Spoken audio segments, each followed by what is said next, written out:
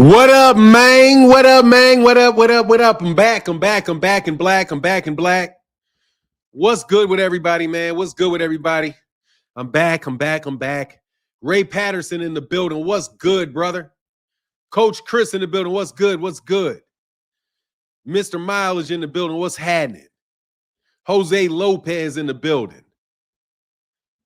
Denali Smith in the building. What's going on, man? Kentrell LeGrew, good morning. Gabe Toss in the building, what's happening? Nuke the Duke in the building, what's happening? What's good? It was you, bro? Is it me? It was you.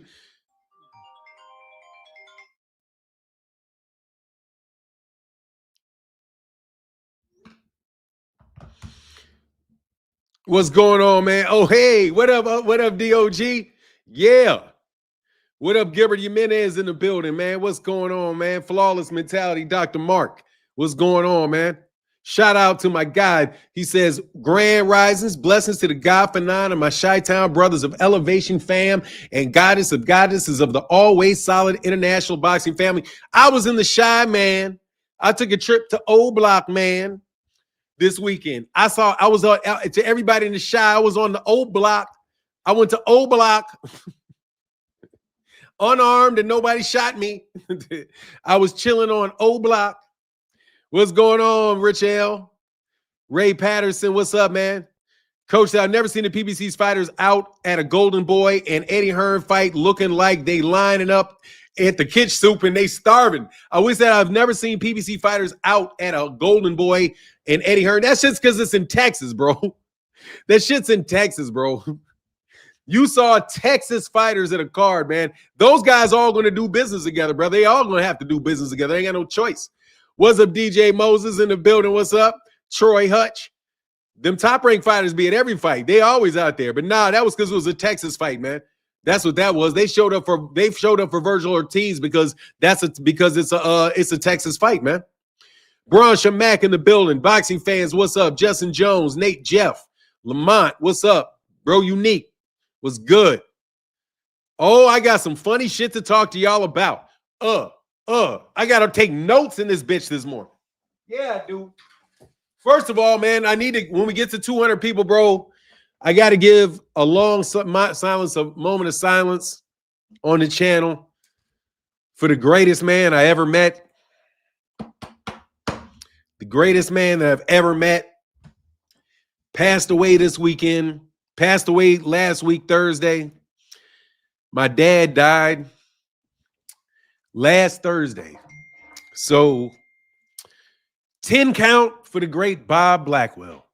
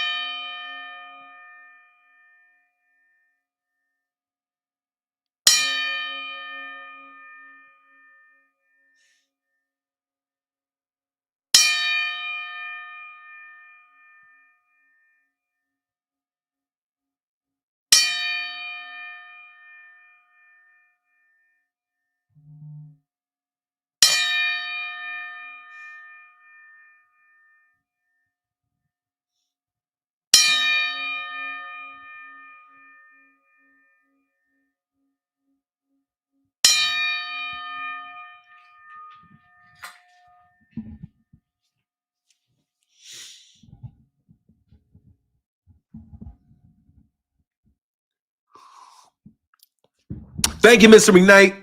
Yeah. So anyway,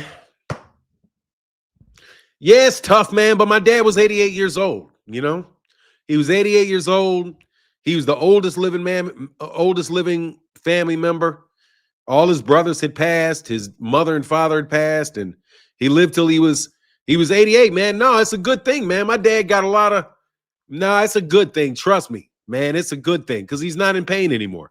The last several years have been very, very tough on him, you know? It was a tough last several years, you know? So, but man, he lived a great life, man. Nate Jeff said, I lost my dad March 4th, 2025. Rest in peace to your father, Nate Jeff. Rest in peace. I don't think I'm going to keep the date, bro. Thank you, 2 Cent. I appreciate that. Yeah, my dad really did it. He did it really big, man. He did it real big. And he achieved all his dreams. And it's the way it was supposed to be. You know what I mean? So condolence on your passing of your father, sir. We praying for you and your family. Thank you. Appreciate you very much. If the prayers for the family are greatly, greatly, greatly appreciated, because he was a very loved man. You know what I mean? He was a very, very loved man. Very loved man. Yeah. Lost my mother-in-law 2 years ago. Got a rare cancer and went from 100 to 0 in 8 months. Oh, it can happen so fast. But look, let's do something and let's just go ahead and be happy for the rest of the day. You know what I mean? Thank you, Bumpy Thompson. I appreciate you, man. I appreciate you. It was an experience that I had always anticipated and dreaded. And, so we going through the process, man. We going through the process. Appreciate it. Thank you, Mazir Clark. Appreciate you, man. Yeah, we doing good. Oh, whoa, man. Somebody just hit me with $63, man. Holler, bro. Wow, that's huge. Man, Michael Summers said Black Boxing and the Truth with a $63 holler, brother. That means a lot, bro. 6 and the 3, bro. Thank you so much, bro, for that support today, man. That means a lot, man. LR says, sending my condolences.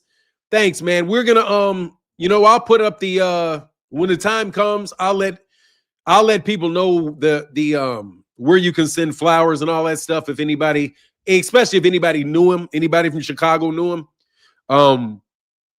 Yeah, man, it's a big time. Thank you, man. I appreciate you, Zulu Line. That means a lot, man. Thank you, man. But let me get on some other good news. Can I get on some good news, man? The good news is that Virgil Ortiz performed admirably against Erickson Lubin. And now we got a hot 154-pound division, man. We got Jermell Charlo in the crowd in Texas. You had Errol Spence in the crowd watching Virgil Ortiz, man. I'm certainly hoping that these guys can come together with Golden Boy, because, Golden Boy is probably, man, like, this is a real great opportunity right now for Oscar De La Hoya, man. Oscar De La Hoya can really be a champ because Jake Paul is a fraud, bro. I don't care what he does for women's boxing, bro. Jake Paul, hey, thank you so much. 3 heads, 25. But look, let me ask you something, man. When are these charges going to drop on Gervonta? When this is such a heinous act, all of a sudden everything is gone. Like a fart in the wind. The whole controversy after he pulls out of the fight and after some YouTube channels talk bad about Gervonta for a while, there's no criminal investigation. I mean, there's no criminal charges that we know of. There's no statement from the Miami police saying that they're investigating the issue, that they were made aware of this and they're going to do their due diligence and they're going to investigate. They didn't say anything about it so far that I've seen. Where's the videotape? Where's the videotape that Jake Paul said that he knows exists? It's been 10 days and there's no videotape in 10 days. And this was supposed to have happened in the biggest nightclub in Miami.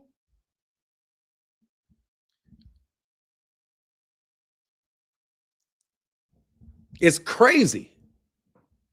Jeffrey Brooks, you got to go read a newspaper, brother. I'm not going to tell you that.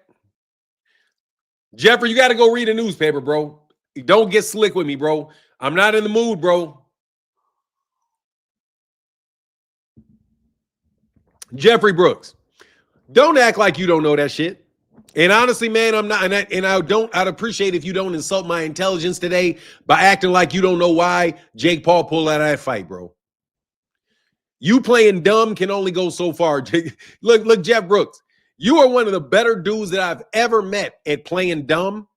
But brother, even you can't play that dumb. All right.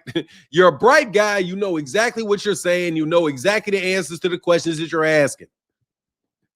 But you still ask them in a way that is made to make me think, okay, let me say, okay, Greg, let me act like Greg. Let me act for a second like Gregory Brooks. Jeffrey Brooks does not know why Jake Paul pulled out of that fight. Seeing as he watches boxing, bro, is that even reasonable that you wouldn't know the answer to that question, bro? No, it is not. It is not reasonable at all that you would not know that, Jeffrey. So therefore, I will not believe that you don't know it. And you're really just trying to find a way to passively aggressively, you're just wanting to passively aggressively attack Gervonta Davis, drive it into a conversation about what he did or he didn't do. No, thank you, Jeffrey Brooks. No. Man, T-Bone, man, thank you, bro. Big $20 holler from my guys, Zulu Lion in the building. I won't say what your name is on here, but that's Zulu Lion, bro. Thank you so much for the $20 holler, brother. Thank you, man. It'll go towards some flowers for the noobs. I mean, it'll go towards some flowers from the channel. I can buy. I just realized that I can send flowers to my own father's funeral. So if you guys want to support in buying flowers or something like that, hey, man, that would be great. Track Life said, hey, Martin, condolences to you and your family. Thank you so much, man. I don't buy. I find out myself. I don't find out myself. Hey, look, Jeffrey Brooks, you know the answer to that question, brother. Please don't act like you don't know the answer to that question, man. All right, let's not do that today. Let's do that tomorrow. Like, we can get back and play that cat and mouse game. We can get back and play cat and mouse tomorrow. You know what I mean? Because you're my guy, Jeffrey Brooks. But we can play that cat and mouse game tomorrow. We don't need to do that today. You know what I mean? What's up, Phoenix? Hey, good morning, y'all. Condolences to you and your family, Martin. Thank you, man. I appreciate that, man. I appreciate that. Easy number one in the $10 holler, brother. Thank you so much. I appreciate you. I appreciate you. I appreciate you. Thank you so much, man. Big Boy said condolences to your family, to you and your family. Good morning, my good sir. Thank you, sir. I appreciate that, man. Hey, by the way, shout out to Spike O'Sullivan. Shout out to Spike O'Sullivan. Spike O'Sullivan gave condolences to my father. So shout out to the boxer, the Irish boxer, the champ. Oh my God, man, that is so huge, bro. Your show has gotten me through so many mornings, and I appreciate you being here for us, especially in your trying times. Condolences. Jeep Red Boy, that is so freaking huge, bro. Thank you, Jeep Red Boy. Thank you, Jeep Red Boy. That is a monstrous. Thank you, man. I would not ask for that. That's definitely going to go for my pops, man. Thank you. Yeah, Spike's mustache is classic, man. He said, what's up? He said condolences. You know, that's really nice, man. There's a lot of people that ain't going to say condolences to my pops. You know, I don't know what's going on, but prayers to you and your family, OG. My dad passed away. Savage Boy 305, my dad passed away last Thursday on Super Chat Thursday. My dad passed away on Super Chat Thursday at around 3 o'clock last Thursday. Around 3 o'clock last. Let me lead this up here for a while, man. I gotta let Jeep Boy get his credit, man. Thank you, man. Yeah, it was weird, man. It was expected though. Like, that's why I told you guys before I knew he was gonna pass, because it was like his body was shutting down. But he's 88 years old. You know what I mean? 88 years old, and he had a really good life, man. I hope he lives on in his memories, man, because he has some wonderful memories, man. That man accomplished a lot in his career, man. One OG told me, says, sorry for your loss, OG, and your family. Stay strong. Thank you, brother. Appreciate you, man. JD Brown, what's going on, man? Prayers up to you and your family, man. Appreciate you, JD Brown. It means a lot, brother. Thank you, Savage Boy. Yeah. You know, hey, man, everybody's father dies. Everybody's mother passes away. It was my dad's time to pay the toll. And it's our time to watch him go. Joe, I thought this was about Davis, man. What are you talking about? You thought this was about Davis, man? Bro, can I talk about my father passing away a little bit before, oh, you're not talking to me. Let me not act like you're talking to me. I don't know if you're talking to me or not. My mom made it to 65 years old. That's what's up, man. Yeah, my dad made it to 88. I think my mother's like 84, 85. So, most of my parents are in their 80s. My father passed away in his 80s. My mother's still going in her 80s. Hey, thank you, Keisha. I appreciate you. Thank you so much. I want to change this topic for a little while, though. Thank you again, man. Rest in peace to the great Bob Blackwell. Rest in peace to the great Bob Blackwell. Rest in peace to the great Bob Blackwell. Can I tell y'all about, did you guys hear about the baseball players? Can you put a 1 in the chat if you heard about 2 pitchers in the major leagues being arrested? Has anybody heard of that? Has anybody heard of that? Put a 1 in the chat if you've heard of it. JD Brown said he heard of it. Cameron Terrell said he heard of it. Zulu Lion. Let me tell you what happened. I'll show it to you.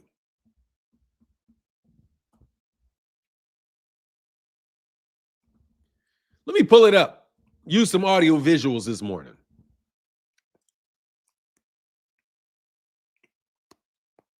I knew I was going to fall. Oh, let me tell y'all some goofy shit I did today. Have you guys ever fallen? You know how you can trip and fall down the stairs? My goofy ass tripped up the stairs. My goofy ass literally tripped on the way up the stairs with a hot cup of coffee. I tripped on the stairs on the way up. Because I put these Track Light production in the building. What's going on, man? Thank you, brother. Appreciate you, man. Big time. I'll pull it up. I'll let you know what happens just so you guys can hear it. And we may do a Google. We'll do a Google. Let me make this Google nice and visible for y'all so that we can go through it myself. Stop smoking? Thank you, man. No, I don't smoke, bro.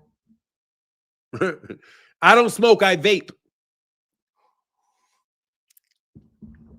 Salute shout out to hey, that dude named Dave. Guess where I was? Last weekend. I was in Chicago, man. I was in Chicago this weekend.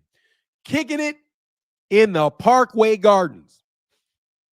That dude named Dave, bro. I got to tell you something.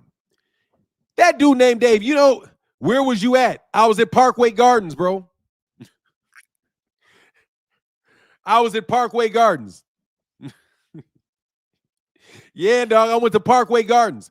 My wife I stayed out in Arlington Heights, and then I went to the city because these niggas was talking shit. And I went to Parkway Gardens because they was all like, yeah, I checked in at the old block. I checked in at old block. All these niggas talking about how they checked in because these niggas said that they was checking in at old block. So I wanted to go to old block and see what all this checking out was. Because you know how niggas act like you're going to die if you go by these. Oh, no, you'd never. So anyway, I went there, dog. I wanted to see it because I was like, first of all, there ain't no damn old block in the United. Yeah, I checked in, bro. Hey, and didn't nobody say nothing, bro. All right, so let me show you what happened. Let me show you what happened. All right, let's get on this, man. Let's get to work. Oh, man, my girl, Coach Ari. Coach Ari, it's so nice to see you. Condolences to your family from ours.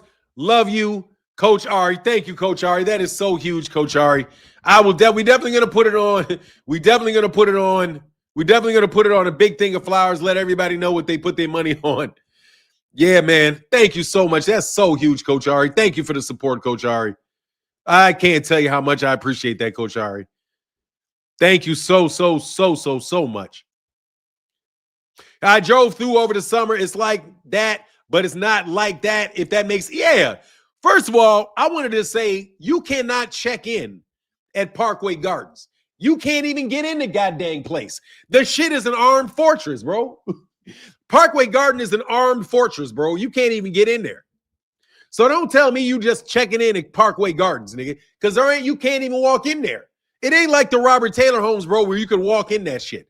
That thing is completely gated in. It's, high security. It looks like a fucking prison. You know what I'm saying? Yeah, exactly. It's going to get torn down, bro. That shit ain't going to be there long. Man, dude, it's half abandoned. It's half abandoned now. Okay, let's do this, though. Let's not do too much Chicago, though. By the way, Skull and Bunnies. Shout out to the Skull and Bunnies. The area was already purchased. Yeah, you know that. I remember they were doing that shit since the 90s. They're going to get rid of all of that. But look, let's get to this because I want you guys to know what I'm talking about. I want you to know what I'm talking about. All right? So we're going to do a Google search.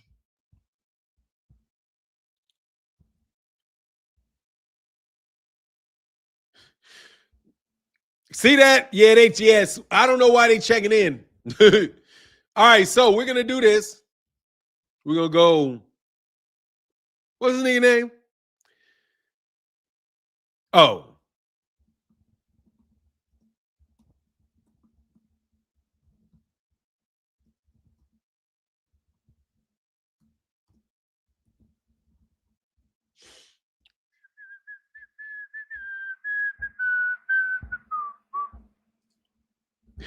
MLB pitchers. This came out November 10th, yesterday. Can y'all see this?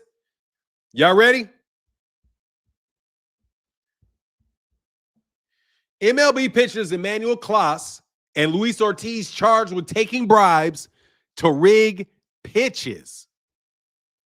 Cleveland Guardians pitchers Emmanuel Clase and Luis Ortiz have been indicted on charges they took bribes from sports bettors to throw certain types of pitches, including tossing balls in the dirt instead of strikes, to ensure successful bets.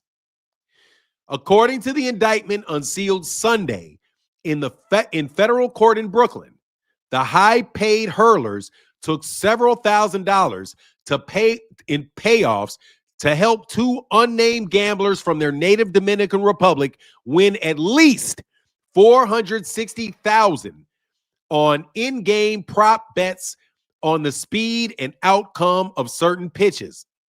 Clase, the Guardians' former closer, and Ortiz, a starter, have been on non-disciplinary paid leave since July. When Major League Baseball started investigating what is said was an unusually high in-game betting activity when they pitched. Some of the games were questioned in April, May, and June. Yeah, they didn't hardly pay him no money. These are multimillionaires doing that shit for $7,000, $5,000 a pitch. Man, they do 10 pitches. They got $70,000.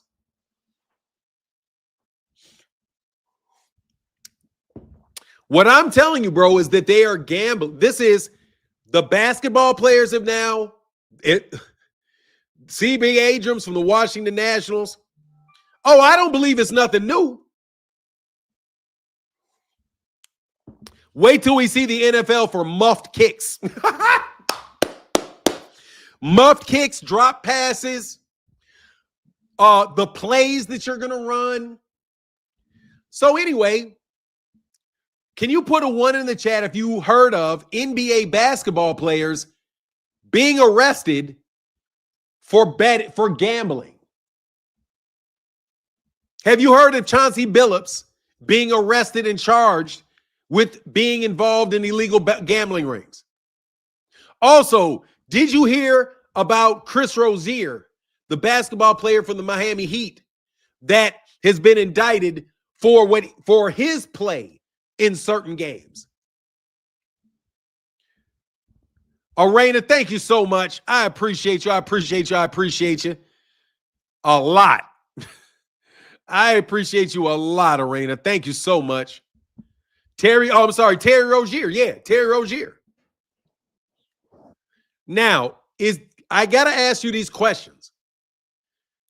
Are these RICO charges? Are these gambling charges?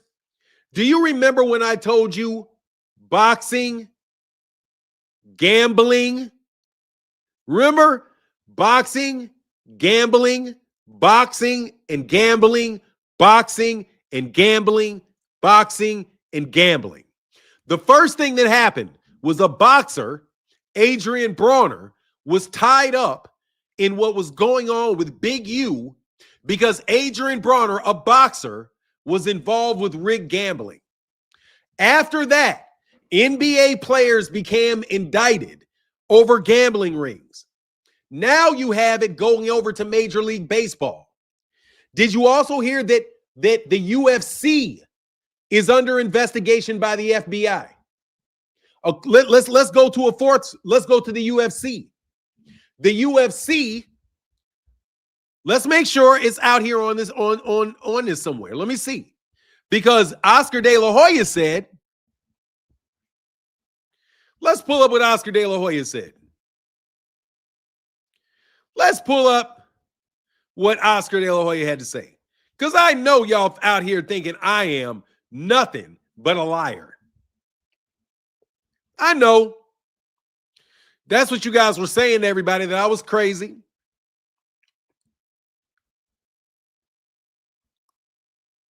Hope I didn't loosen my tooth. I knew I was going to fall on my face. I knew it. Hold on one second. I'll find it. This is something else I want to show you.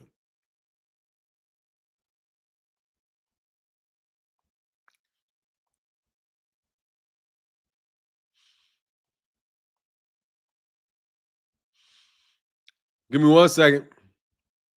Where is this shit?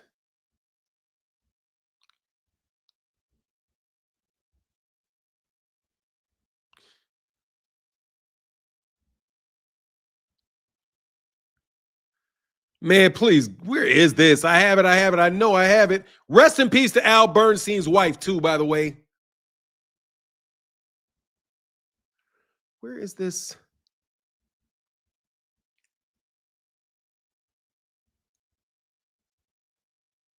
Man.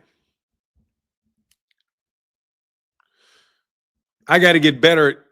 Did I book? Oh, I think I probably bookmarked it. Okay, I think I did bookmark it. Okay, I would bookmark that shit. All right. Let me look for my bookmarks.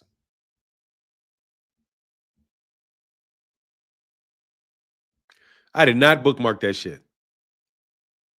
God dang. Oscar De La Hoya. If anybody can, damn, I know I had this shit. Give me 1 second.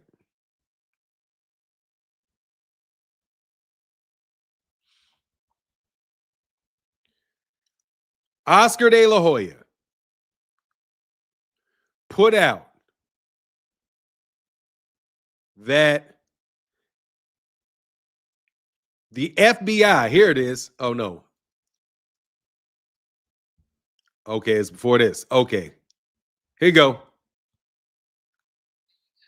being investigated by the FBI for allegedly fixing over 100 fights. 100.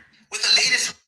So, my friend Dana White and the UFC are being investigated by the FBI for allegedly fixing over 100 fights. 100. With the latest one over the weekend, that was incredibly suspicious. I mean, wow. Is anybody really surprised? Hell no. No. Hell no. Ariel Helwani, who is the voice of MMA, spent the last few days digging deeper into this matter. And my understanding is that this is not an isolated incident. And what I mean by that is I have talked to multiple people who have either experienced or know of others who experience situations where they have been approached about their willingness to do something like this. So I have been told by multiple people that they have been approached, they have been talked to and said, are you interested in this? Are you interested in throwing a fight for X amount of dollars? I've been trying to tell you guys, these TKO guys are scumbags. And now they're trying to change the Muhammad Ali Act to fuck boxers over. Get the fuck out of our sport. Now get the fuck out of here. Everything you touch turns to absolute shit. He's shit everywhere. And now you have the FBI crawling up your ass? Good fucking luck. I mean, look, is there any young boxer who is crazy enough to fuck their careers by signing with your shit league? No. They want their own rules. They want their own belt, their own ring. It's in here. I mean, we'll see how that pans out. Dana's shirt is definitely stressed at this point, and he's having a terrible week. But guess what? Not me. I'm in my prime. I'm having a great week. With the government shutdown still being in effect, I realize that there's still a lot of families struggling out there, especially with this. Hey, man. I fucks with Oscar De La Hoya. So let's get the number right. Okay? Look, let's get the numbers right because I don't want to come off as if I'm crazy, okay? Because I know you guys think I'm crazy. I know they've told you I'm crazy. And you know why they told you I'm crazy? Because I am crazy. However, since I am crazy, I know how to check things and make sure that what I think is solidly based in fact. So let's go through the numbers over the last year. 1, Adrian Broner. Adrian Broner and Big U. That's 1. 2, we have, what was the next one? We had the NBA.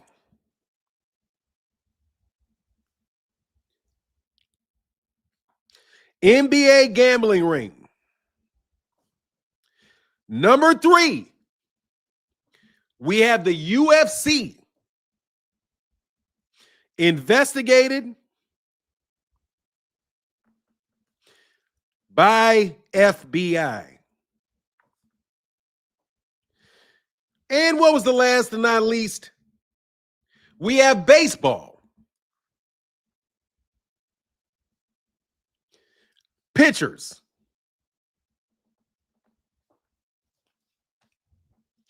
I think I told you guys that Ricos were coming down the pike because you guys were playing and fixing boxing matches so boldly and blatantly that any prosecutor that wants to get a conviction can walk up to your front door, grab you out your house, and take you some fucking where. After I told you that, and you niggas said I was crazy, I told you that I myself will get your asses indicted. Now we have 4 of them since I said that. Now I need for you guys to help me with a little bit of intervention here. If you had jumped on a microphone and said, I'm going to get you Negroes are going to go to jail because I know that you're playing around with this gambling. I know you're playing around with this gambling. I know the reason that you guys are getting in the middle of fights, not wanting certain fights to make. I know the reason Jack Reese. Hey, Jack Reese, how you doing, Jack Reese? How you doing, Jack Reese? The reason you guys said Tyson Fury, Tyson Fury was good for boxing. We're gonna let him get completely laid out, but let him get up. Once Deontay Wilder said, man, he had some shit. He had some shit given to him that made him feel like he was doped up in one of his fights. You have AJ that looked like he was doped up in 2 big upset fights that turned out the way they weren't supposed to turn out. You got Errol Spence looking doped up, walking into the ring with Terrence Crawford. And all I told y'all was, look, man, I'm sick of this shit. Some of y'all niggas are going to go to jail. Now, it may not have hit you yet, but since I said that, I have facts. I have 4 incidents in major sports since I said that where people are being implicated and accused of gambling. Now I know of fixing fights, but I'm fixing fights, fixing basketball games, fixing football games. What are they doing? Fixing football games, fixing basketball games, fixing baseball games, and fixing poker matches. Excuse me. Let me repeat this. They have been accusations made of people fixing basketball games, people fixing baseball games, people fixing UFC matches.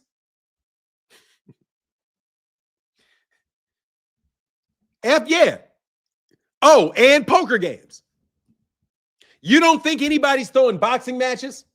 You didn't see Martin Bacoli do that fucking backflip? I wonder how much money people put on Martin Bacoli doing that damn backflip when he got hit and he rolled all over the fucking place. I wonder if any of these fighters are saying, hey, man, give me the medicine. I'll take the money to fix the fight. Because you guys are scumbags and that's what you're doing. And you're leaking on here into YouTube. Now I forgot. did anybody here? There's 5. I'm sorry, 5. Drake and Aiden Ross. Let's not forget Drake and Aiden Ross. I'm sorry, I have 5 things now. I forgot I have 5 things now. Oh, did anybody here? Oh, my God. Thank you so much, Phenomenal Noob. Phenomenal Noob, man. Big time, man. That's huge, bro. I ain't doing shit for the rest of the day. He said, my sincerest condolences to you and your family, Frat. Thank you, brother. I know you there. I know you there, brother. Thank you so much, man. Thank you so much, man. Thank you so much for your condolences. Thank you so much.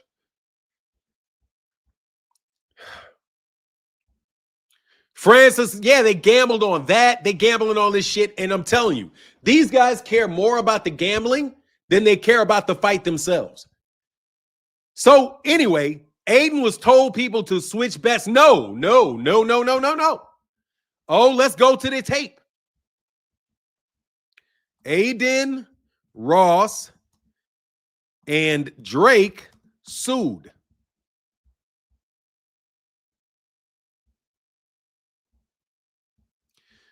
All right.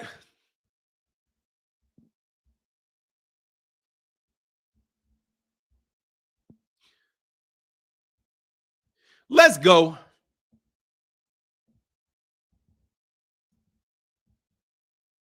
Let's go to you niggas going to jail. Okay? Now, we're going to go through a little bit more information here. Have some patience with me. Because I like to show facts today. I'm going to go AI because, you know, AI be good. AI be good. AI will help. AI will do it right now.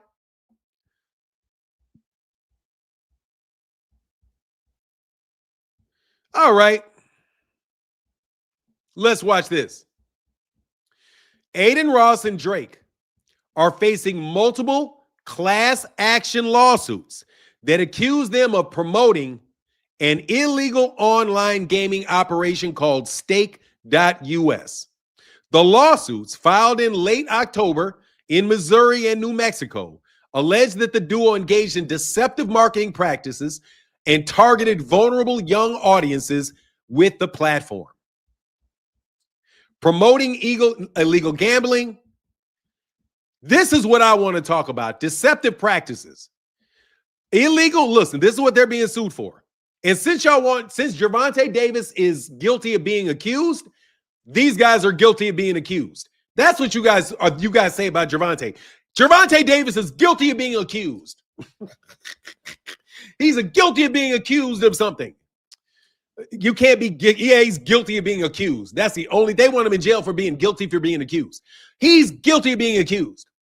Anyway, these things that these guys are accused of: promoting illegal gambling. Lawsuit focused on his dual currency system where the user promotes gold coins or play money, but also receives stake cash, which can be redeemed for real money, crypto, at a 1-to-1 ratio. A structure allegedly designed to bypass U.S. gambling regulations. Let's go again and do this shit. Central claim is that Stake USA is marketing a social casino, is actually an unlicensed and illegal gambling casino. Like niggas wanted to do on their channel, and I told them, you guys cannot do lotteries for $35,000 and all that shit. You can't do it. That's illegal. That's what they're talking about right here. Anyway, this is what I want to talk about. Plaintiff claims that during the high-profile live streams and social media posts, Drake and Ross misled viewers into believing they were gambling with their own personal funds. The lawsuit alleges that the platform provided them with house money or company funds to streams to create the illusion of high stakes yet seemingly winnable wagers as all a marketing tactic. Oh, can anybody tell me what Showbiz the Adult used to do all the time with his lying ass? That fucking bot. That's all Showbiz the Adult did, is get on there on BUSR, say he was gambling with his own money, and lie to y'all into gambling your money. That's what these guys wanted me to do, and I did not do business with this gambling site that wanted me to get people to go over there by claiming that I was gambling with their money. I could have won $100,000, $50,000. I could have lost $100,000. That's how that guy got your attention to begin with. A fucking racket. A racket. You guys have a racket. Exactly. That is what you call fraud. That's what you call fraud. It's called fraud. Fraud is what that shit is called. Fraud is what it's called. Also, if you're an actor and you're really not even the person you say you are and you're acting, you're pretending like you're gambling and you're pretending that you're betting your money, you are doing what? Let's get back to this. Bring it a little closer. You are misleading viewers into believing they are gambling with their own personal funds. Now, do I know that he is doing this? No, I do not. Before you niggas try to get litigious, I do not know. All I know is for a fact that I had a sponsorship with the same people that he did, and the people that wanted, they asked me to do it. And I told him I wasn't going to do it. He was betting all kind of money. I could have done the same thing, but it wouldn't have been my money. So I'm just saying that what's the chances that people need a job on YouTube if they can bet $30,000 an outing? You just getting the money to just, man, you guys are fucking crooks. Okay, anyway. That's it. Yeah. While at the same time, what is it? While at the same, yeah, 30,000, bro. You serious? You guys are fucking clown, man. Niggas, please. Here you go. Lawsuit argues that Drake and Ross used their massive influence and glamorous lifestyles. Using influence and glamorous lifestyles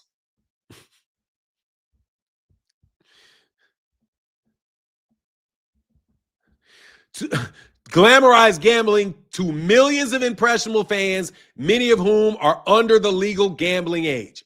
Financial harm. The suit seeks damages and recovery of gambling losses for affected users, arguing that the defendants were unjustly enriched by profiting from an illegal gambling operation. So if you are in, I'm trying to tell you, you guys can go sue these niggas. But anyway, now you see why they want Martin to be crazy.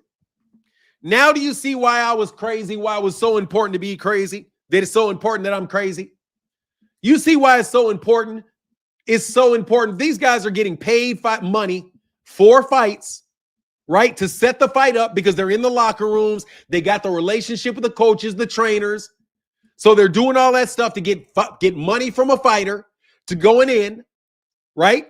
Because a fighter, if I find a fighter and I say I can get you a contract with top rank, then I get paid by the fighter and I get paid by Top Rank.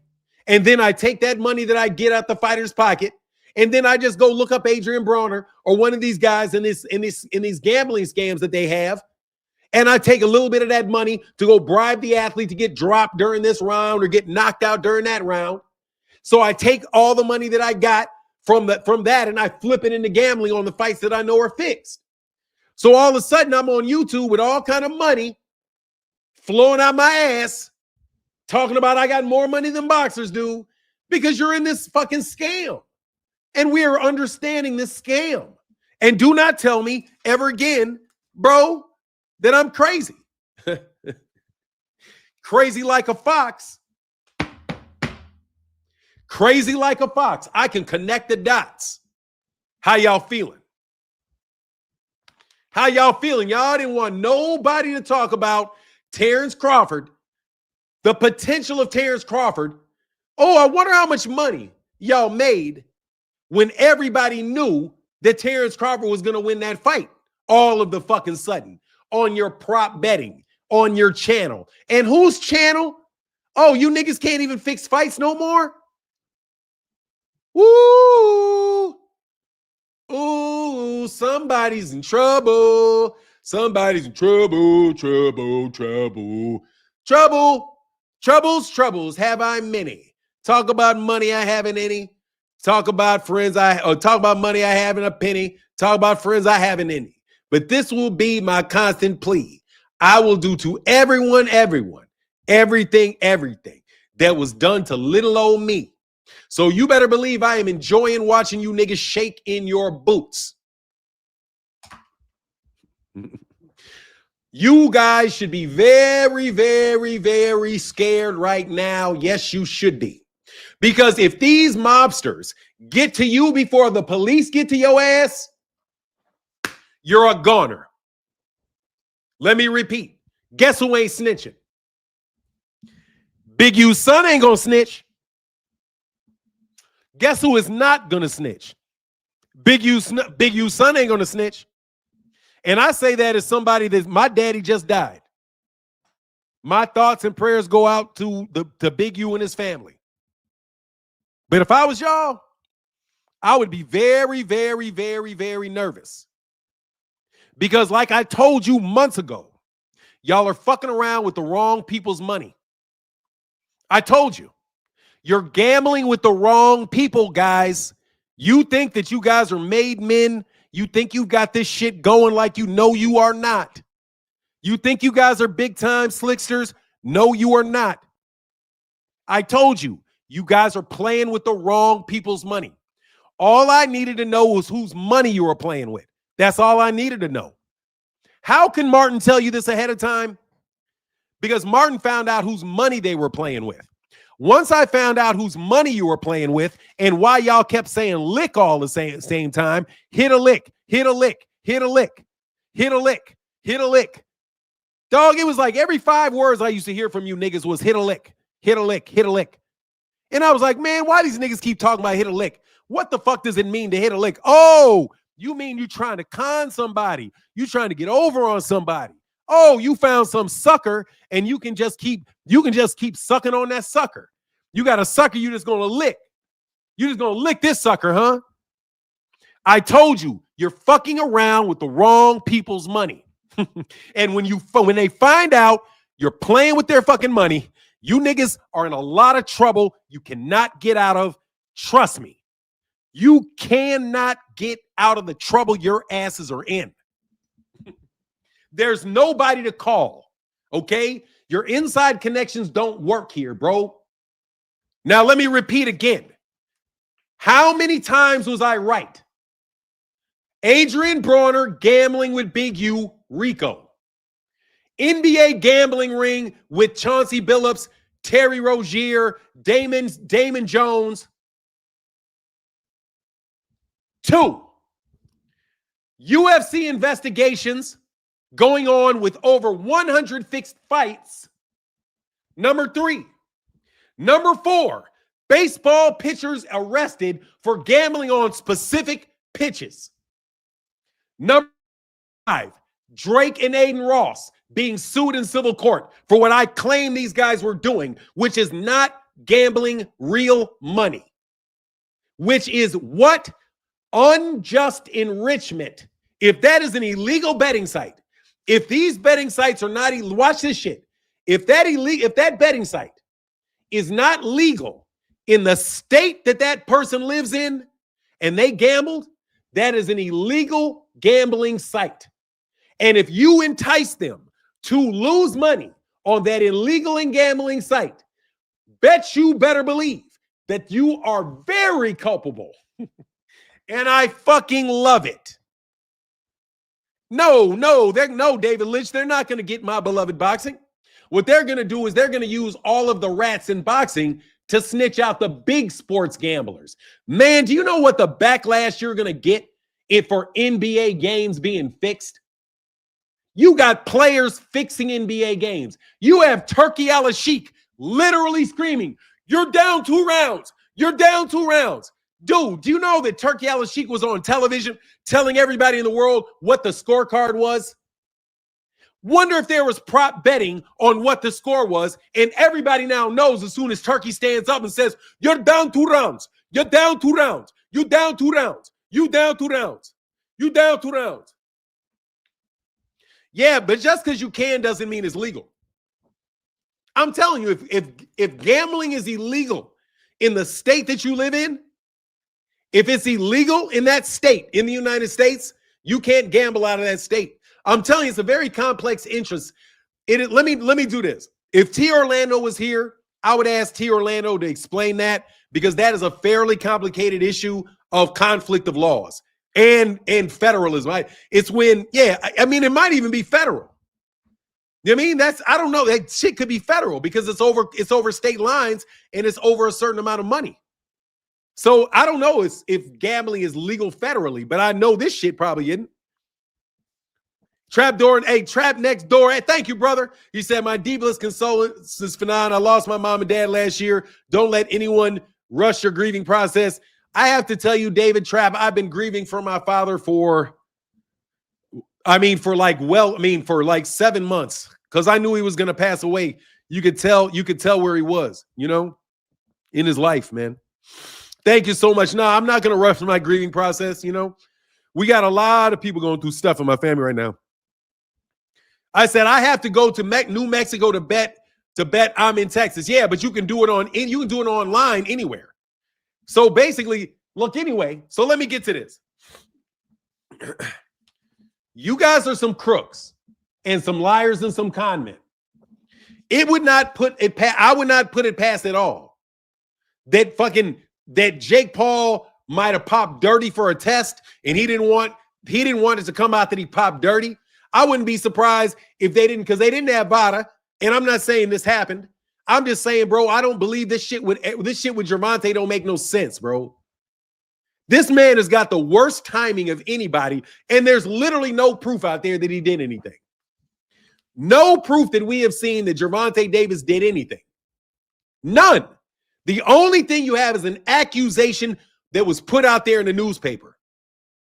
You don't have any statements from the Miami police, and I hope that it doesn't come. If it does come, it comes. He still has the right to defend himself. But I'm saying, as of right now, you've still not even heard about it. You have not heard about any news out of this. Oh, Muhammad in Miami, he has been sued. You don't hear all of that. You got it. They did it like in press releases to like they did when they were trying to say how much money Bud did 200,000 pay-per-views on PR.com.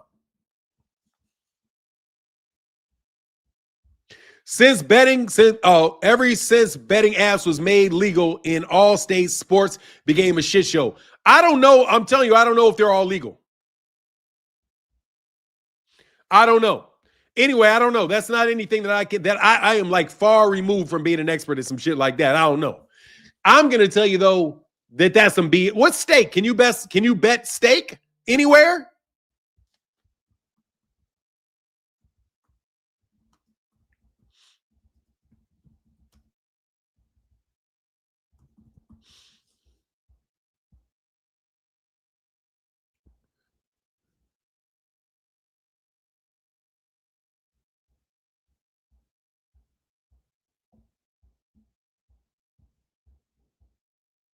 Oh,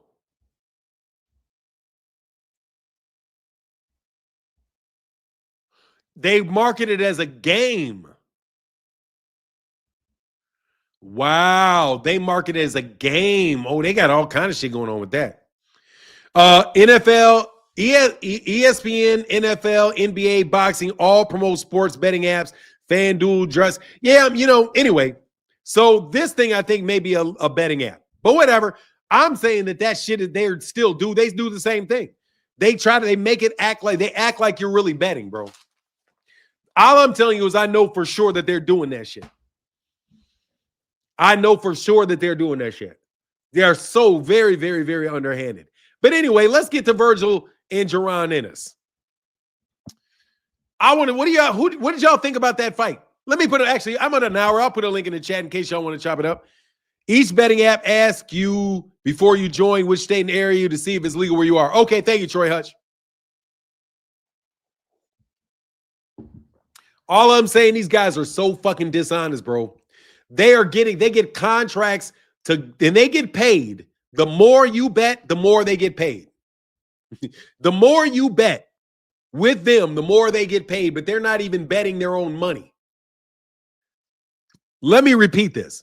as a matter of ethics and morals and being an honest person, would you guys accept money from somebody for you to act like you're betting when you're really not betting? That's acting. That's acting. That's not a real person. That's acting. If I was to sit up here and say, yeah, man, let's have a great, oh, man, I'm really nervous about this fight, man. I don't know if I'm going to lose my money, man. What are you betting on, man? What are you betting on, man? Oh, I got you. I'm going to put more money than you. Hey, how about I bet 10? I'll put 30. And you bet 20,000, I'll put 30,000 down. You know what I'm saying? You put, hey, somebody match me in my bet. Somebody match me in my bet. I'm gonna put 100,000 down. None of you niggas can put no 100,000 down. I'll put 100,000 down. Show how much money I got. Big bank take little bank, man. I'm gonna put this money up. You put that money up. You ain't gonna put the money up. Put the money up. All right, I got it. I got 100,000 on. I got 100,000 on Arrow. Oh yeah, I got 100,000 on Terrence. I did it. You know we got it. Don't worry about it though. We gonna get this money. Who gonna win? Who's gonna win? Put the money up. All of a sudden, bro, this nigga already know. This nigga, number one, ain't gambling with his own money. He ain't even gambling with his own money. And they probably already know the outcome of the fight. Man, you guys are such scammers, bro. Man, I'm happy you niggas going to jail. Okay, can I get one in the chat for niggas going to jail? I'm so happy my daughter's going to law school. My daughter's a first-year law student. Man, she got her first exams coming up. Man, I'm happy for y'all going to jail. Thank Abdul Shahid Rauf Wahed, 1974. My condolences, my guy. Thank you, brother. I appreciate you, bro. Lubin ain't take no dive. He got smacked. No, I didn't say Lubin took a dive. I didn't say, but I don't like that. I didn't say Lubin took a dive. I'm going to tell you right. I'm going to tell you what up, though. I ain't never gambling on no boxing. And that's how you get over, man. I could have had a scam like that, bro. What up, Chillville? What up, Noop? How you feeling, brother? I'm happy Fanon's daughter is going to be putting, no, she ain't, no. We going for the money, baby. We going for the money, man. We going for the money. My daughter's going to get, my daughter says she wants some money out them basketball players' pockets. Hell no, mama. I already told my daughter, I'm like, look, entertain. What up, Chillville? What up, Noop? Hey, man, big Noop. Hey, my dad went to Chapter Invisible, Noop. My dad is Chapter Invisible, brother. Chapter Invisible, man. Chapter Invisible. Actually, let me call his brother.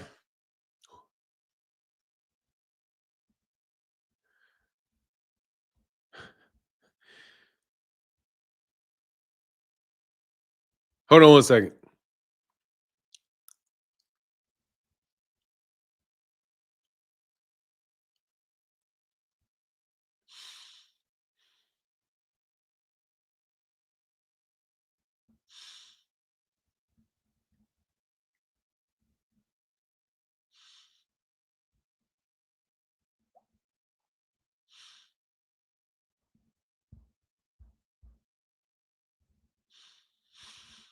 Yes, sir. Yeah, man. He passed, man.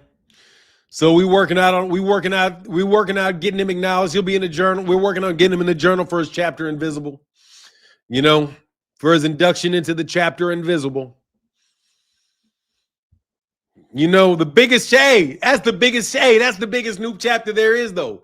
The Chapter Invisible, bro. That's the biggest one. Everybody got to pledge Chapter Invisible, dog.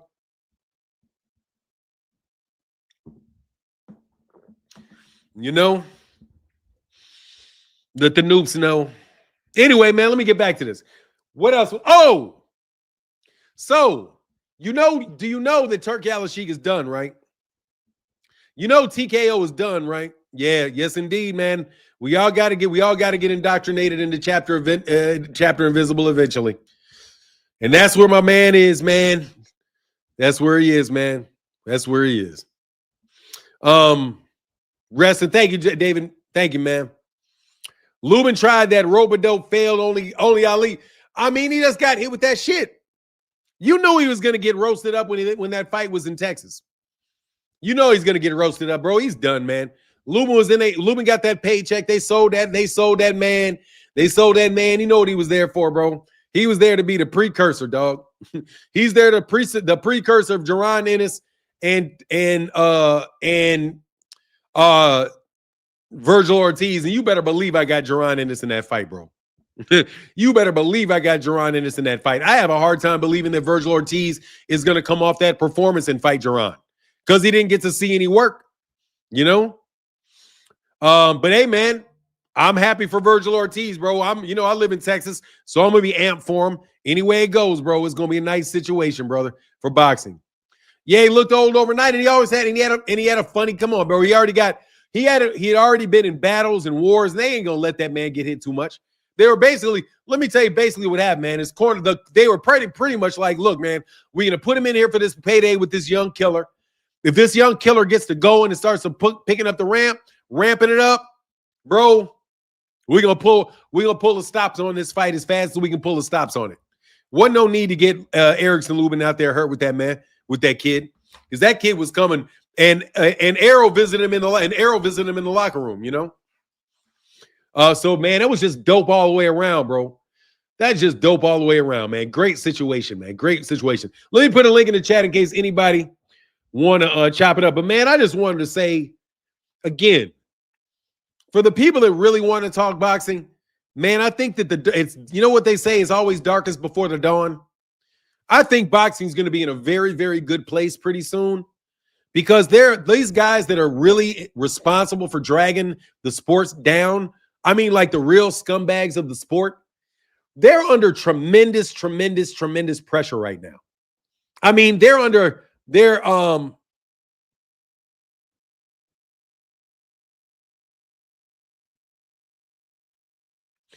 I'm not going to argue with Bug Eyes. He said that's who they work. It's who he works for.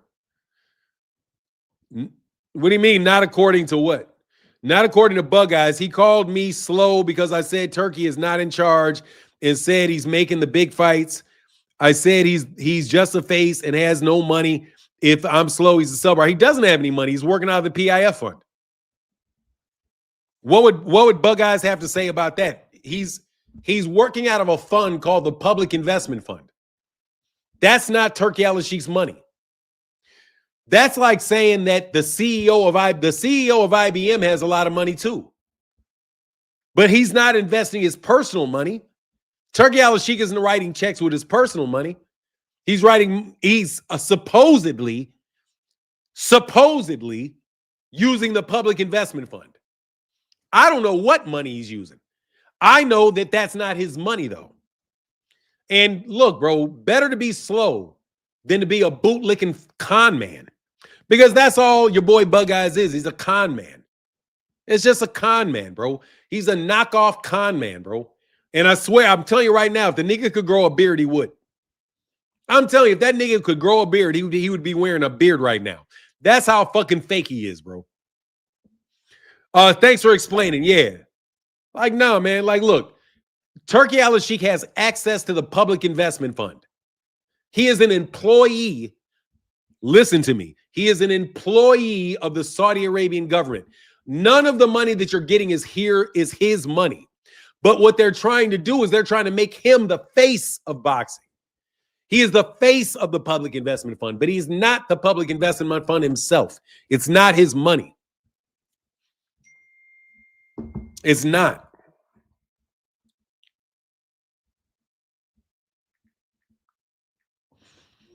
Okay, and that's just what it is. And I don't care. Because I'm going to fuck around and get all these niggas, and I'm going to fuck around and get these niggas all arrested. I'm already telling you what my talent is. I'm going to get you niggas arrested. You guys fucked around with me, bro. You threatened my life. You threatened my, I'm going to be real blunt with you. Because y'all going to understand what I'm telling you. Fuck Turkey, not because I don't like Turkey, but because Turkey in the United States is a peon. I don't know what he is in Saudi Arabia. I've never been to Saudi Arabia. But in this country, he's a fucking peon. To me, he's a peon. There's nothing his ass could have ever done to me. There's nothing he can prevent me from doing. There's nothing that he can do. He's nothing to me. I don't need them, don't want them. These bums, I told these little junior mafia niggas from New York the entire time, leave me the fuck alone. You're playing way above your pay grade. That's what I told them. I said that I was famous and I was a big deal before I ever talked boxing, before I ever got on YouTube. YouTube is my retirement job. I put enough work in my profession and our businesses that I will be able to have an income coming to me for the rest of my life without having to work in that field. But you guys you guys who were little mobsters thought that I fell off, thought that we fell off, and then you niggas got brave. I don't know why you got brave, but you got brave. And because you got brave, I had to fuck you up. And you think the only way I can fuck you up is some stupid ass conversations on internet and, oh, I'm a beef back. No, I'm not. I'm going to put your black asses in jail. That's what I'm going to do. I'm going to put the FBI on you, the CIA on you, the fucking NSA on you. I'm going to fucking put your state governor on you. I'll put Donald Trump himself on you. Donald Trump wouldn't cross me. Yeah. You niggas want to talk, oh, he knows Donald Trump. I don't give a fuck if he's best friends with Donald Trump. I don't give a fuck. I've got plenty of clout with the Republicans. Plenty of clout with the Democrats. Plenty. Trust you. Me. And that's why, let me repeat, since you niggas want to talk slick, because boxers are around, and you think just because you call me crazy, then that means they won't listen to me. That's fine. I don't want you to listen to me. But I want you to count. Since I told you niggas was going to go up on RICO charges, Demetrius Andrade, I told you that after that Errol Terrence fight, I told you what I was going to do. 2 years later, we have at least three. I say four. I say four because I am positive this is us. For sure, we got four of you. We got the NBA. We got boxing with Adrian Broner and Big U, which led to the NBA gambling, which led to the UFC investigations again, which led to the baseball pitchers. And these are all ongoing investigations. Let me be very clear. The Adrian Broner Big U, that is an ongoing federal RICO charge that is up and going. The NBA gambling ring is an up and going RICO charge. UFC investigations. These are investigations that are going on before you get charged. So they're in the process. And then you have baseball pitchers that are indicted. Again, gambling charges. Ever since I told you, I know you're playing around with people's money, fixing these fights, and you're going to get the fuck out of my face and stop trying to steal people's money. That's what I told you peons. So what happened was, what up, Just Do? You niggas is getting snatched up. You've been getting snatched up for 2 straight years. Snatched up. That's why you niggas don't come around no more. That's why you niggas ain't in the comment sections no more. All of a sudden, you niggas don't want to talk no more. All of a sudden, y'all don't want to jump up here and talk to me for 5 hours. Oh, I wonder why. I wonder why you so quiet around me all the goddamn sudden.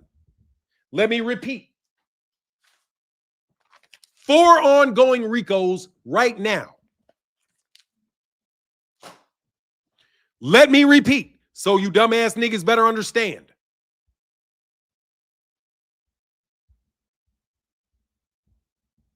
Because if you play with us, it's not good. Okay? My pops got sick.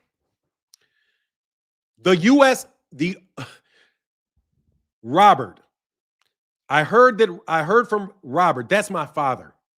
I heard from Robert that you were ailing, and I wanted to write you a quick note to wish you well.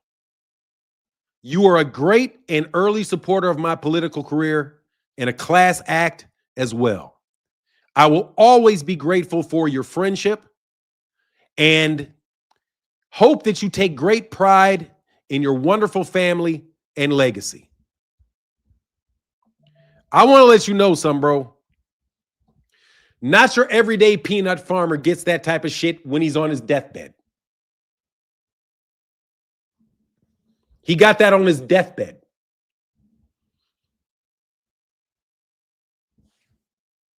And I'm bigger than he ever was. I love my father,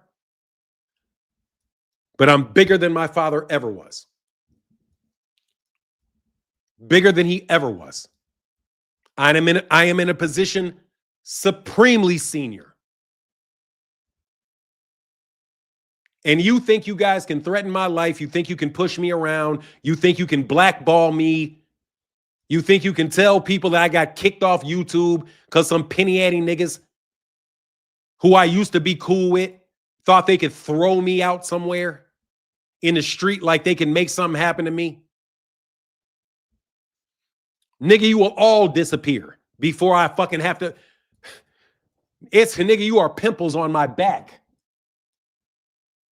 And if you keep playing, like I said before, you're going to be in jail. You got me? When I said don't fuck with me, I wasn't talking about guns and blazing. I mean, literally, bro. Helicopters and black vans, nigga. Helicopters and black Suburbans, bro. Helicopters and black Suburbans. Y'all want to think every nigga is a nigga, huh? That's what you niggas are going to get. You're going to get jail sentences. And I'm loving it. And I can do it easy now.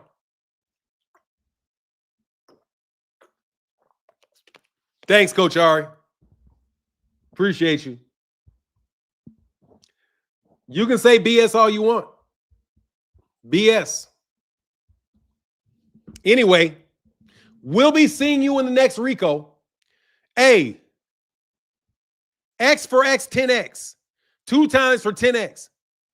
When you make up your next one, you just remember when this next Rico hit.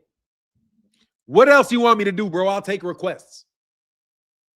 Seriously, man, when you get back, give me a request. Give me a request.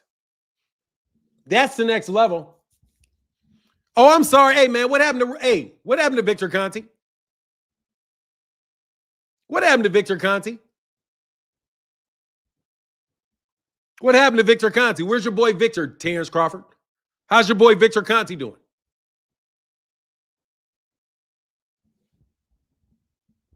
Said, Martin, your dad is so proud of you. Don't let these people run your pressure up. You right. Thank you, Randy. You right. I'm done. Yeah, he died of cancer, all right. Yes, he did die of cancer. Yeah, he did. Yeah, he did.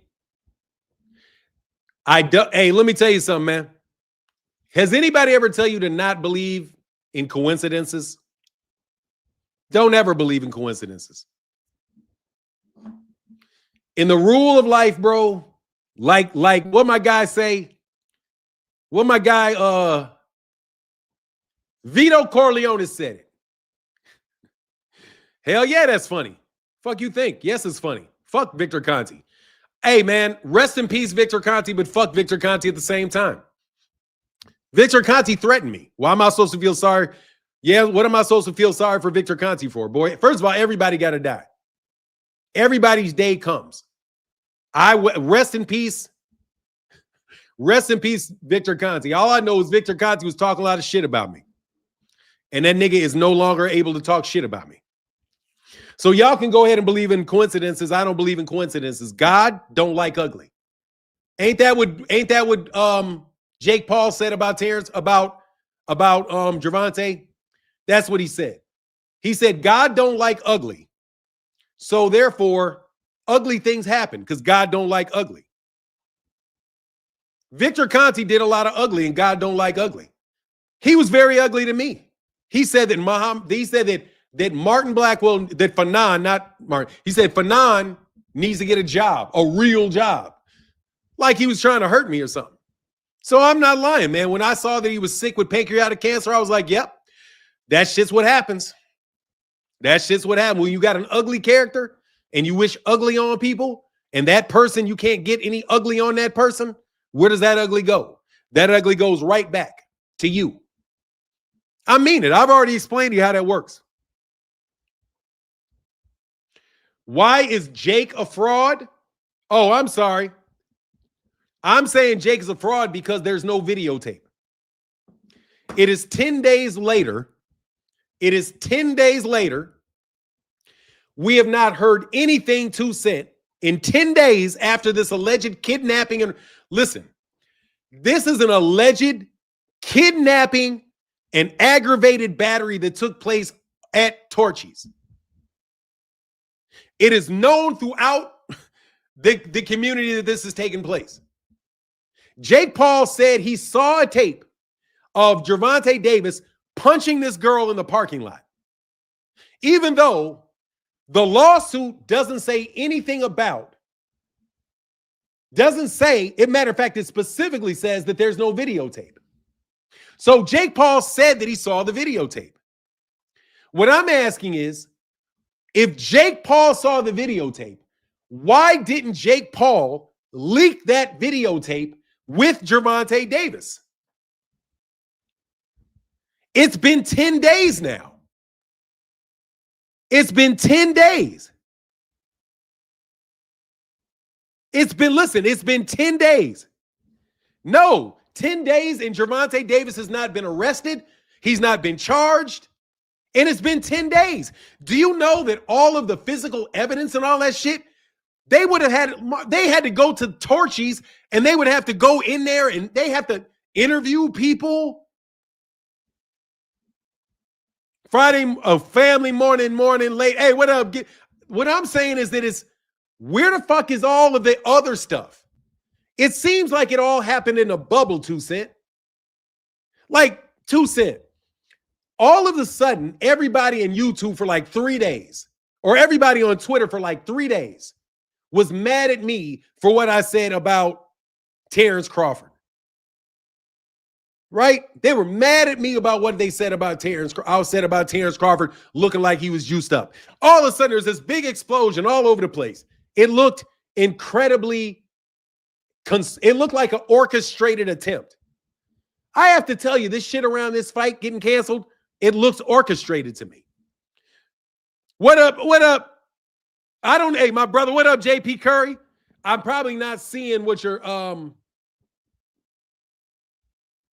probably not seeing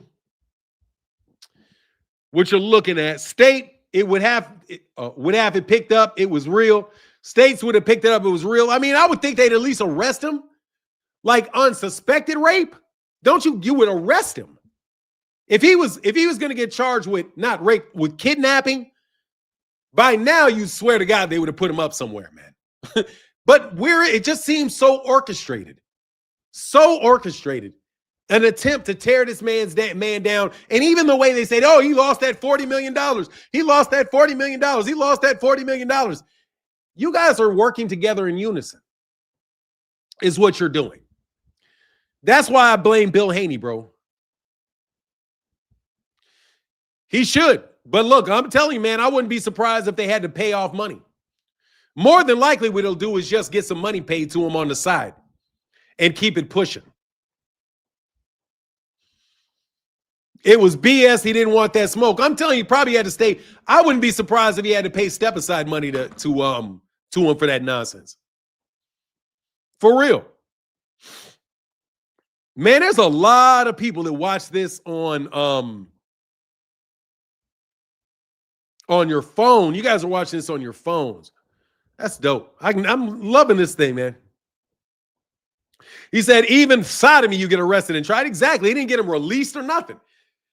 I mean, he's been walking around in the streets not doing nothing about it, but he got, oh, fuck that. But she got a temporary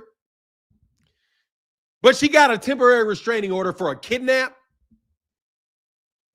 She got a temporary restraining order for a kidnap. For somebody, how would you you can get the guy arrested if he kidnapped you. You could get him arrested and released. If you didn't have enough probable cause to arrest him for it, how are you going to have enough probable cause to conveniently, there's no videotape? And the crazy thing is there's no videotape. And listen to these arguments these guys have been making online. They want Gervonta Davis thrown in jail for being accused too much. Listen to me, man. Listen to this. I have done a summary of their position. The summary of their position is that Gervonta Davis should be canceled because he's been accused of too much. They think there's a threshold at which if you're accused enough times, you should be canceled. Let me repeat this. If you're accused enough times, you should be canceled. Can anybody tell me what movement that is? Can anybody tell me the name of the movement who believes the following? That if you're accused of something enough times, you should be canceled. You should not be able to have your job. You should be exactly the Me Too movement. Bill Haney, in my personal opinion, is Me Too moving Gervonta. It's the Me Too movement, bro. It's the Me Too movement. They are trying to do that shit. No, it's Me Too. It happened to me too, so you got to punish him. Because if there's enough people that say it, you got to put him in jail for it. That's what they tried. That's what they did do to Bill Cosby. That's what they did to Bill Cosby. These niggas are trying. There's a bunch of men trying to Me Too movement Gervonta Davis. I told you there was some I told you there's some systematic jackasses. I told them that they were some systematic jackasses. Because they really, I'd stand with women. There ain't five. You got some unknown women that you ain't never talked to. But all this, they don't even know what this woman look like, bro. Crazy.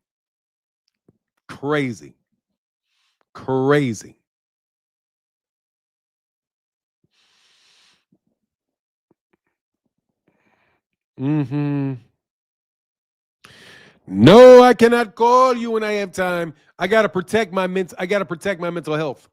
I'm not gonna. Hey, I gotta text. My dad just died. I gotta protect my mental health today. I gotta deal with Pam. I gotta protect my mental health. Like fucks to the. Oh man, much love in the $20 holler in the Cash App. I gotta respond and say I'm protecting my mental. Man, Nicole Matthews, thank you so much. Say condolences for your loss with the $20 holler. Thank you so much. It'll go towards flowers. Thank you so much. Systematic jackasses. That's what they are. They're systematic jackasses. And they keep trying to improve their system. We're going to put you niggas in jail for all your crimes so you don't have any money to fund your business with. I'm telling you what I'm going to do to you. You Negroes are going to wind up in jail. And I'm going to make it my personal business to put you there. They did not repeal the Muhammad Ali Act because I would not let them. And hey, watch this shit. First thing happens, bro, right? TKO wants to push to get rid of the Muhammad Ali Act. What is happening to TKO right now again? I'm sorry. Would you guys mind if I do some delusional shit real now? Because this is what I'm saying is not true at all. It's not true at all. But I could have sworn I said that these niggas ain't going to do shit to the Muhammad Ali. I could have sworn I said that. Same way I told y'all you niggas is going to go to jail. I told you that you're not going to do anything to the Muhammad Ali Act. So they stopped acting like they wanted to repeal it. And they came up with a second Ali Act. One that will allow TKO to set this organization up. Can anybody tell me what just happened to TKO? Can anybody tell me what just happened to TKO? I'll play it again. Play it again for me, Sam. Play it again for me. I'll play it again for you, Sam. So, my friend Dana White and the UFC are being investigated by the FBI for allegedly fixing over 100 fights. 100. With a latest one over the weekend, that was incredibly suspicious. I mean, wow. Is anybody really surprised? Hell no. Hell no. All he wants is our money. Ariel Helwani, who is the voice of MMA, spent the last few days digging deeper into this matter. And my understanding is that this is not an isolated incident. And what I mean by that is I have talked to multiple people who have either experienced or know of others who experience situations where they have been approached about their willingness to do something like this. So I have been told by multiple people that they have been approached, they have been talked to and said, are you interested in this? Are you interested in throwing a fight for X amount of dollars? I've been trying to tell you guys, these TKO guys are scumbags. And now they're trying to change the Muhammad Ali Act to fuck boxers over. Get the fuck out of our sport. Now get the fuck out of here. Everything you touch turns to absolute shit. He's shit everywhere. And now you have the FBI crawling up your ass? Good fucking luck. I mean, look, is there any young boxer who is crazy enough to fuck their careers by signing with your shit league? No. They want their own rules. They want their own belt, their own ring. It's in here. I mean, we'll see how that pans out. Dana's shirt is definitely stressed at this point, and he's having a terrible week. But guess what? Not me. I'm in my prime. I'm having a great week. With the government shutdown still being in effect, I realize that Now, look, bro. Let's go back to this again. I'm serious. I want to go back over this again because I have to make sure I'm living in the age of reality. So all y'all niggas that want to act like, yeah, for none. Bro, you niggas can't get fight dates right. Bro, let me tell you, Blue Blood can't get a fight date right. Your niggas that know all this inside information can't get a fight date right. That's your niggas that you think are so connected. They don't know, they don't have the ability to get a fight date right. I tell you about 4 Ricos before they happen. Tell you that TKO ain't going to do nothing to the Ali Act. They then don't try to repeal the Ali Act. They try to give a second Ali Act. And then they get then they get under investigation by the FBI, UFC, and TKO. How are they going to be passing a reform act to the Muhammad Ali Act when they're investigating them for fixed fights? So let me get this right again. The nigga that you think is so influential and the other niggas you think are so goddamn influential can't get a fucking fight right. Can't get a fight date right. But it's me that's crazy. You niggas have no clout. None, like I told you. You're all a bunch of peons. And let me tell you what peons do. Peons tell you what's going to happen. You know why? Because their head is getting peed on. Okay? That's what a peon is. A peon gets their information like pee comes on their head. Somebody pees on them. Pee. That's why you call it a peon.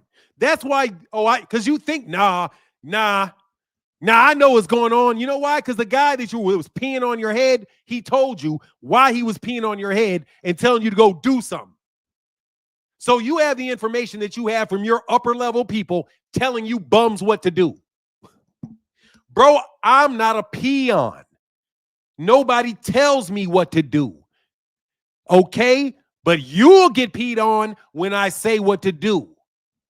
Okay?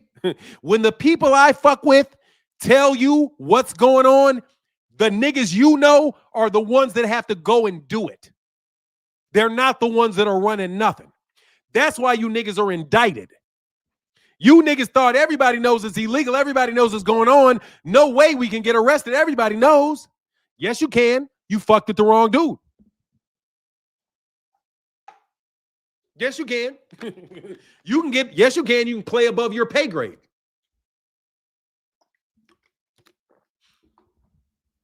You can play above your pay grade and get your ass in a lot of trouble. So let's listen to this again.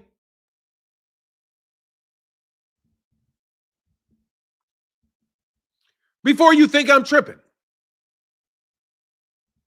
So, my friend Dana White and the UFC are being investigated by the FBI for allegedly fixing over 100 fights. 100. With the latest one over the weekend, that was incredibly suspicious. I mean, wow. Is anybody really surprised? Hell no. No. Told you. All he wants is our money. Ariel Helwani, who is the voice of MMA, spent the last few days digging deeper into this matter. And my understanding is that this is not an isolated incident. And what I mean by that is I have talked to multiple people who have either experienced or know of others who experience situations where they have been approached about their willingness to do something like this. So I have been told by multiple people that they have been approached, they have been talked to and said, are you interested in this? Are you interested in throwing a fight for X amount of dollars? I've been trying to tell you guys, these TKO guys are scumbags. And now they're trying to change the Muhammad Ali Act to fuck boxers over. Get the fuck out of our sport. Now get the fuck out of here. Everything you touch turns to absolute shit. He's shit everywhere. And now you have the FBI crawling up your ass? Good fucking luck. I mean, look, is there any young boxer who is crazy enough to fuck their careers by signing with your shit league? No. They want their own rules. They want their own belt, their own ring. It's in here. I mean, we'll see how that pans out. Dana's shirt is definitely stressed at this point, and he's having a terrible week. But guess what?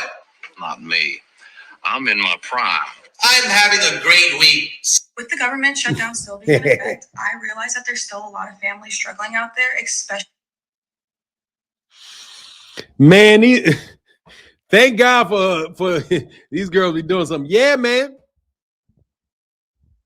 Underestimated by them alphabet boys.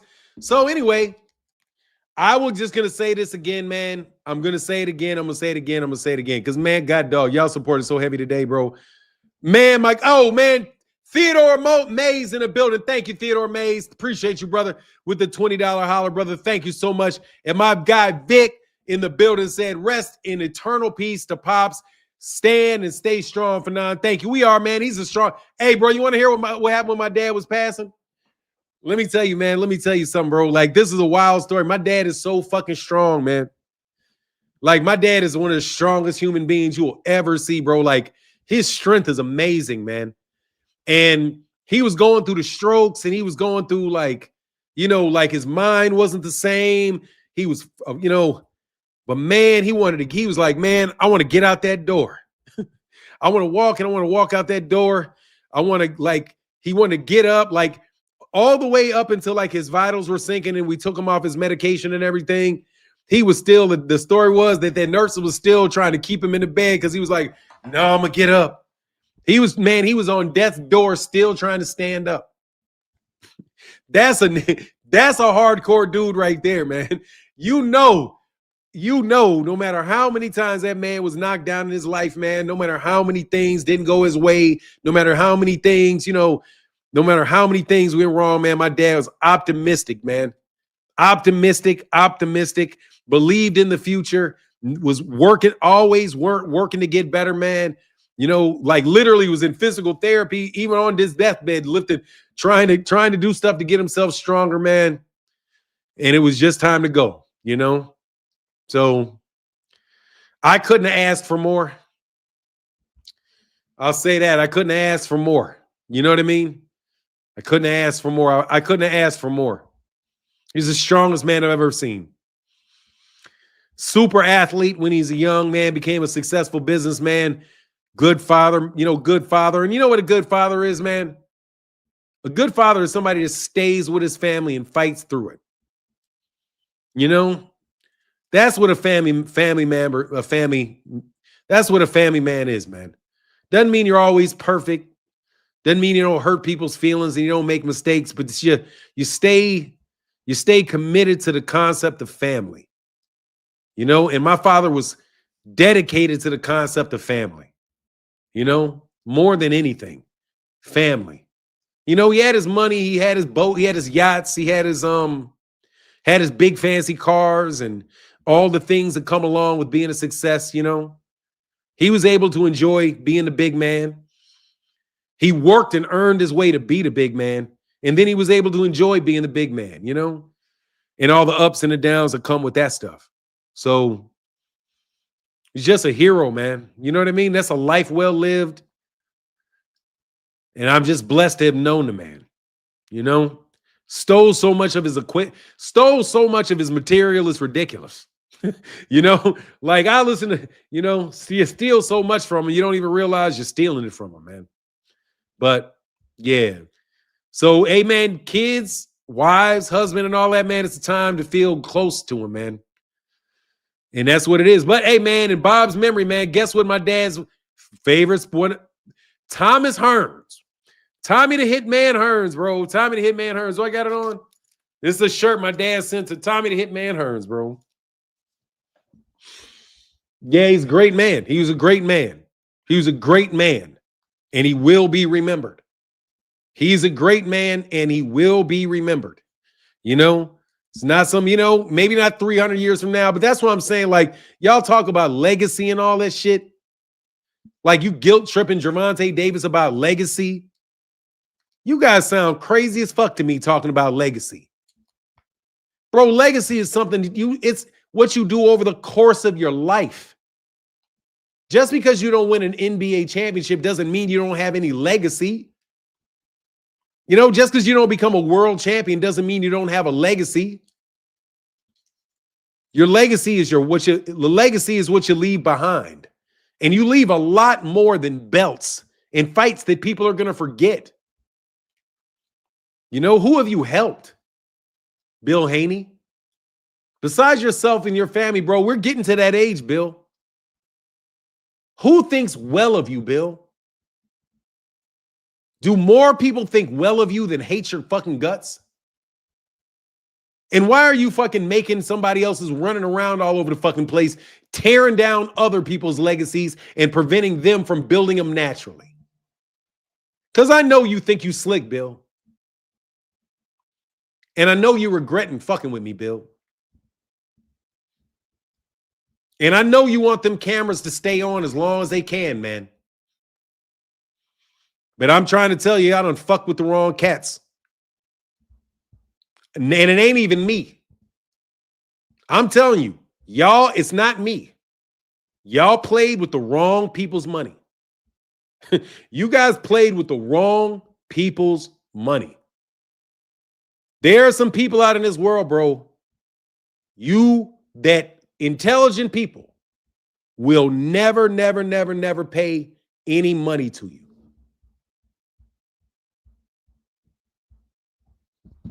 Why are you paying attention to them people? Because I'm finna do something to these people. That's why. How can I do something to somebody if I don't pay attention to them? I am going to tell you that I think these people should be federally indicted for the things that they're doing in boxing. I do. I have seen enough criminality that I think a complete legal Armageddon should hit boxing. And since I have one of the biggest platforms in boxing, I'm using my platform to encourage that to happen. So let's not ask me why I'm talking about what I want to talk about on my platform.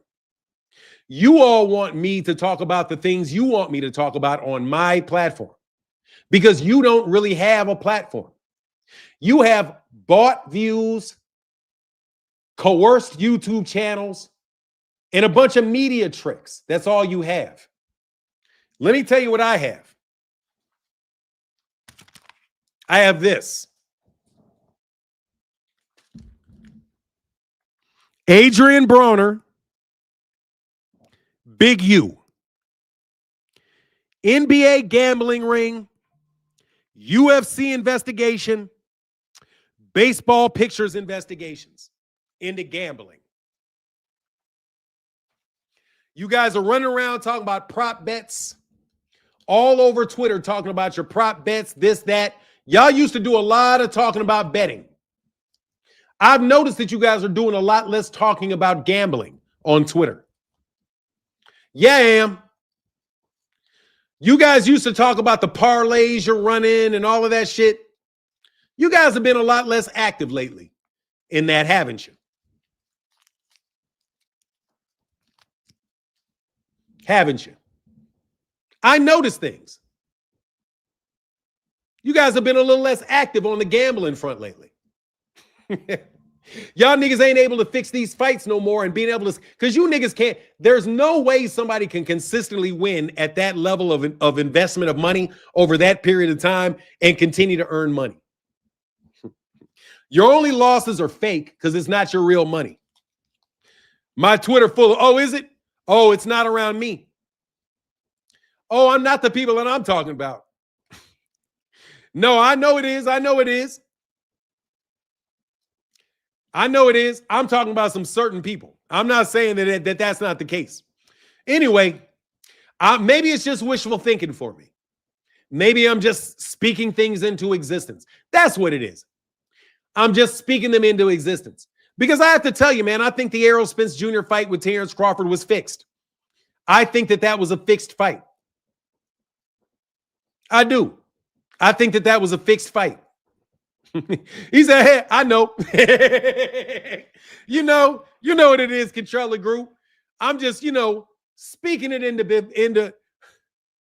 He said, my parlay is always so damn close to hitting, then the bookie snatch it from me. It's all rigged. I mean, dog, seriously, bro. Man, high school sports is fucking rigged, bro. High school sports is rigged, bro.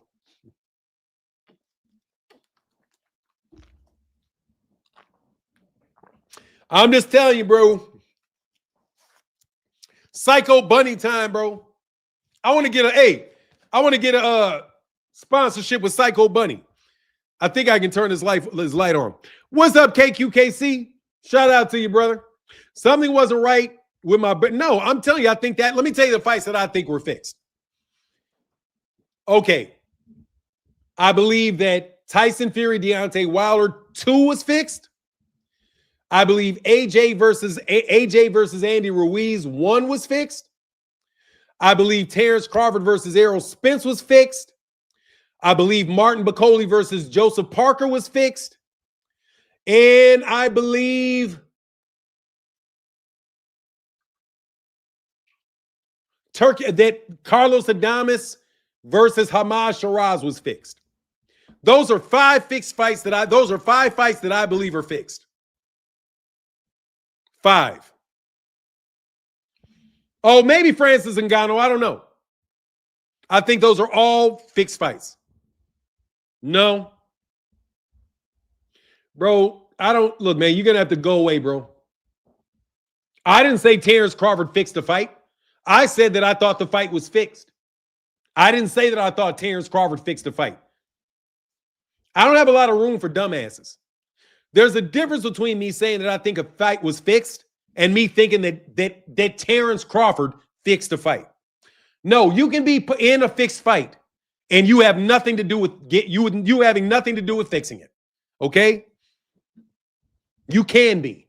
People can fix fights, and more than likely, people are fixing the fights aren't the boxers themselves. I'm talking about fights that I saw where it looks fixed. It did. It looked fixed. Martin and Joseph, let me go to Joseph Parker versus Martin Bakole. I don't believe that knockout. I don't believe the reaction. I don't believe the way he rolled around. I do. And as far as AJ versus John Ruiz, Andy Ruiz, trust me, I wanted Andy Ruiz to win that fight. But no, I don't believe it, bro. Thank you so much, Thomas Hill. No, I don't believe it. I'm like, no, I don't believe it. He said that he's having a nervous panic attack. Let me tell you, man, these guys are going to go to jail, man.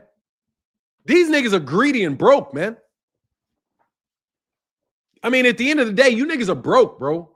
You guys got to come to us for the money, bro. You're broke. Like, I'm not talking about me personally and the money in my pocket. I'm literally saying the organization that you guys are with, you guys are broke. You guys are nothing. You're broke.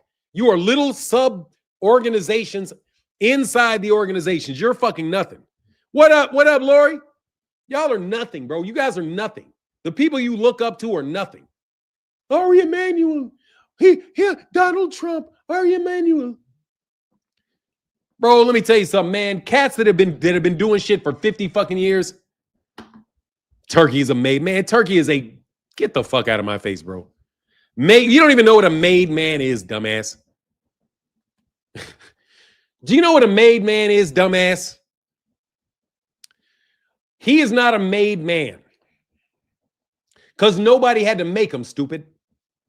Let me repeat. Let me explain to you what a made man is, because you niggas ain't no real people. You niggas are all y'all do is read book. All y'all do is hear what other people say. Let me tell you what a made man is. It is something where he became something. Okay? So you take a soldier and you make him a general. He was somebody that was taken by an organization and made him. Royal people are not made, they're born. Kings are not made men, okay? Let me repeat this, okay? I'm going to try to help you guys with something. A king is not a made man. You know why he's not a made man? Because he was born into it. When you're in a family and you are born into it, you are not a made man. You are basically royalty. Okay? Take, for example, Vito Corleone. Vito Corleone was a made man because he did something to bring him in to the family, right? But Michael Corleone was not a made man. Why? Because he was the son of Vito Corleone. He was a member of the family. He was not made a member of the family. He was already a family member. When somebody gets made, it's somebody that's not in the family that shows such exemplary dedication to the family that they are then brought into the family and then they receive full protection of the family. That is a made man. Those are the people that have to do things to show their loyalty to the family. Okay, that's a made man. I'm not a made man. I'm a made noob, but I was not a made man. It's just my family. It's just us. That's who we are. It wouldn't have mattered if I pledged, didn't pledge. It's my family. I didn't get made. That's who I am. So you think guys get made means something to me? They don't. It doesn't matter if you had to be made, you don't mean anything to me. Not in that regard. If you had to be made, if you were not born, if you're not born into it, bro, beat it. And I was born into it. And I've told you a million ways from Sunday that I was born into it. That's why he needed us as a supporter. Why do you think he needed us as a supporter? He needed us as a supporter so that we could bring him in, not so that he could go somewhere we were not already. That's why I can get somebody elected mayor or I can get somebody elected governor, because I can co-sign them to my family and then my family will support them. Get it? That's why I'm trying to tell you guys, please stop gambling. Please stop thinking you're cute stealing these people's money. This is not a video game, bro. This is not a rap song, bro. It's not a rap song. These are some very, very fucking dangerous people. And you would be better off going to jail than you would be sitting out in the street, bro. And you guys can believe me, not believe me. The people that know, the people that don't want you to know will tell you that something's wrong with me. But bro, I've got 4 Ricos right here. I got 4 Ricos right there that I told you were coming that came, right? Didn't I tell you it was going to come before it came? Yes. And I'm going to tell you more things that will come before they happen. You guys are peons, bro, and you don't even fucking know it. And you're listening to peons, and they're setting you up. If there's somebody committing a crime consistently and they're never getting caught, that's because they're more than likely a Fed, okay? Those are the only ones with money, flashing jewelry. I mean, look, bro, if it was me, I would ask Bill, look at them. No disrespect. But let's just look at a boxer, right? that you know doesn't make any more than $1 million in a fight. But he is wearing $3 million worth of jewelry that he just bought. After $1 million fight, where's your money coming from? Prop betting? Did you get that from prop betting? You know what I mean? Like, are you guys out here? Are you out here like trying to figure out how you can get money by hitting people with certain punches, getting knocked down in certain rounds? Having your man, I bet you guys are betting on punch stats. Who's going to have the most punches this round? How many punches are going to land next round? Let's bet on that. And you know, oh, I'm going to take this round. Oh, I'm going to press this round. Oh, I'm going to take. And you guys, come on, man. Look, I'm telling you, I don't know if it's really fake, if it's really real. It's jewelry on his chest. It's jewelry on his chest. Not all that jewelry out there is fake. Like, man, I'm just trying to tell you the scams you guys could be running. And let me tell you, the scam, no, man, why would you do it? Why would you even do it? Man, you're telling, look, there's pitchers in the NBA, there's a major league pitcher that is accused right now of throwing dirt balls on command. Dirt balls in command and having Dominican cats in the Dominican Republic. Watch this shit. $460,000 worth of wins for people in the Dominican Republic. So their friends in the Dominican Republic give $5,000 a pitch to these pitchers. Then they bet $500,000 on the outcome.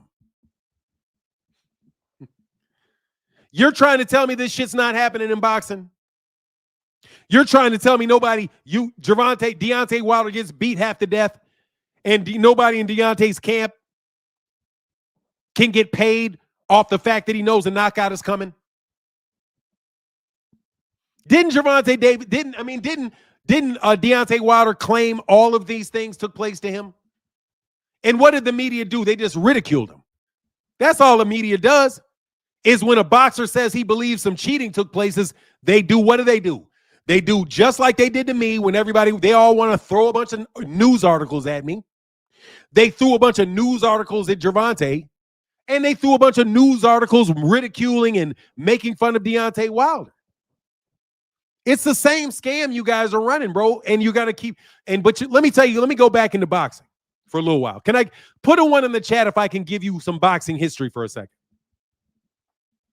I want to give you some boxing history so that you know what I'm saying is real. Okay? It's real. It's not fake. It's real. And it will result in somebody being able to sit up on a YouTube channel and get people indicted. Trust me.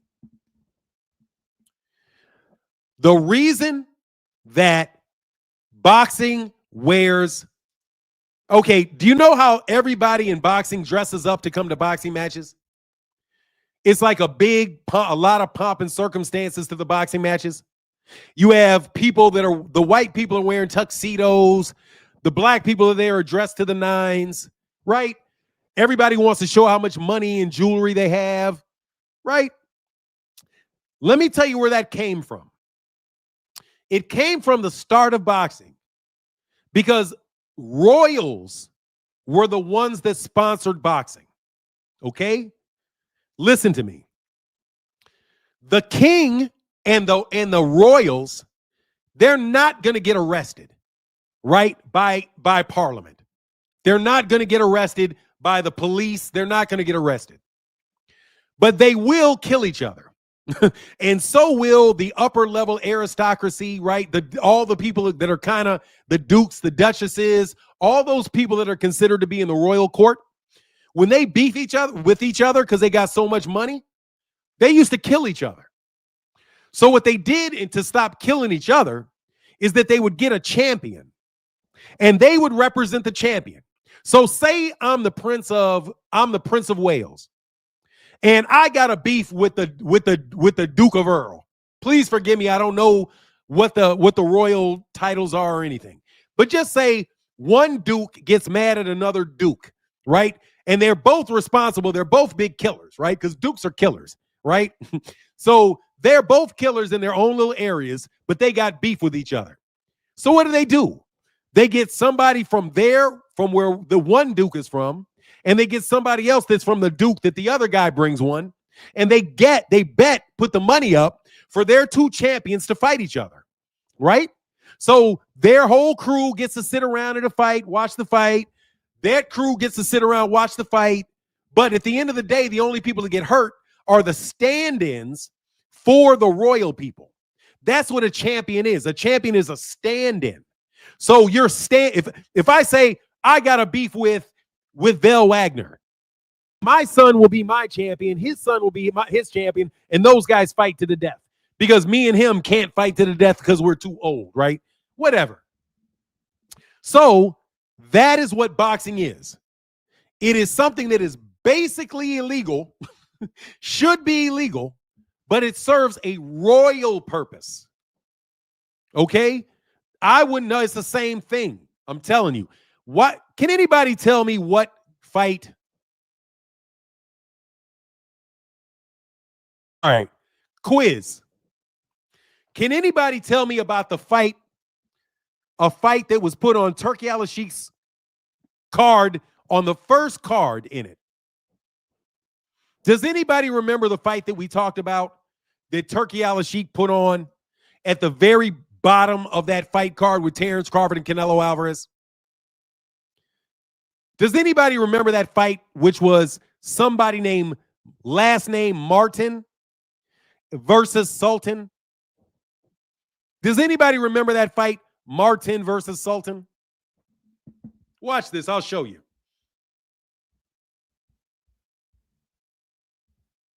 There is no reason for this fight to be on this card. I'm telling you, this is how these guys work, bro.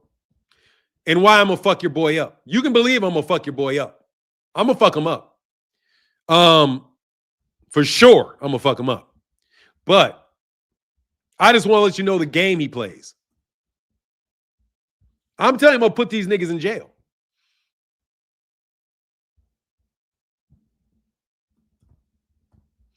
Watch.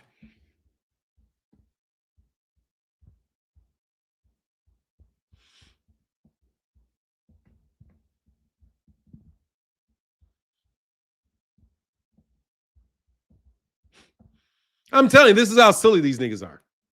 This is the most skull and bone shit, just so you know. Yeah, look at this. Look what he did. He thinks he's fancy. The nigga, well, now I'm telling you, this nigga's nothing to me. Like, seriously, I'm not even mad at a little dude. But for real, I'll show you.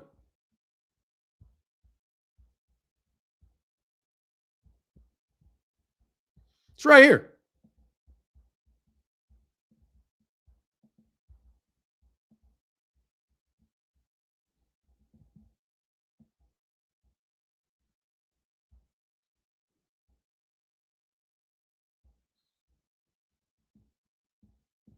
Oh, I got to go to an event. Hold on one second.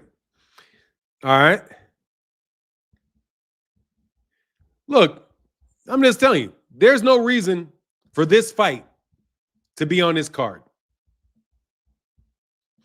Sultan al-Muhammad, Muhammad the Sultan, which is who?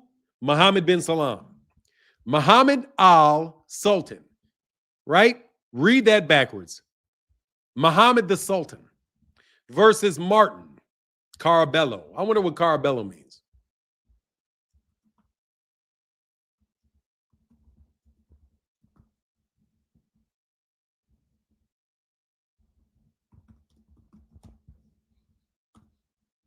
Very dark-skinned. Martin, very dark-skinned. That's what that means.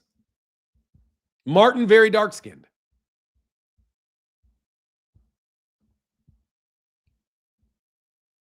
Seriously. This is how this is what happens. That's what it said. Martin, very dark-skinned, fought Muhammad the Sultan. Look, it's right there. I'm going to go back to it. I'm not making this shit up. It's right there. That's what these words mean. Right here. That's how these guys think that they're slick. They think they can do things. This means Sultan al-Muhammad means Muhammad. If al is the, al-Qawaid, the something, Muhammad the Sultan. Who was that? Mohammed bin Salam. Martin, very dark-skinned. What am I? My name is Martin, and I'm very dark-skinned. I'm telling you. You can't make, I don't make this shit up. Hold on one second. I don't make this shit up. Because it's my problem is not with that peon, it's with his boss.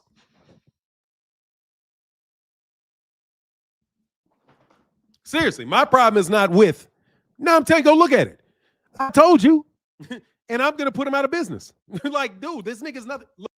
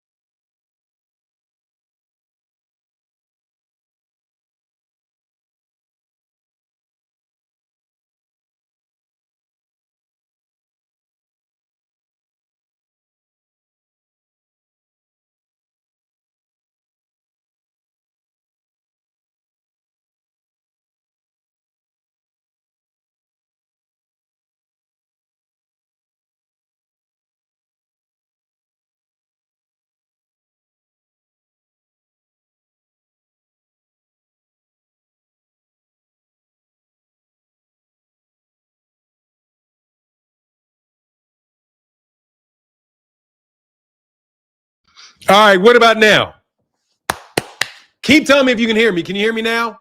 Can you hear me now? Can you hear me now?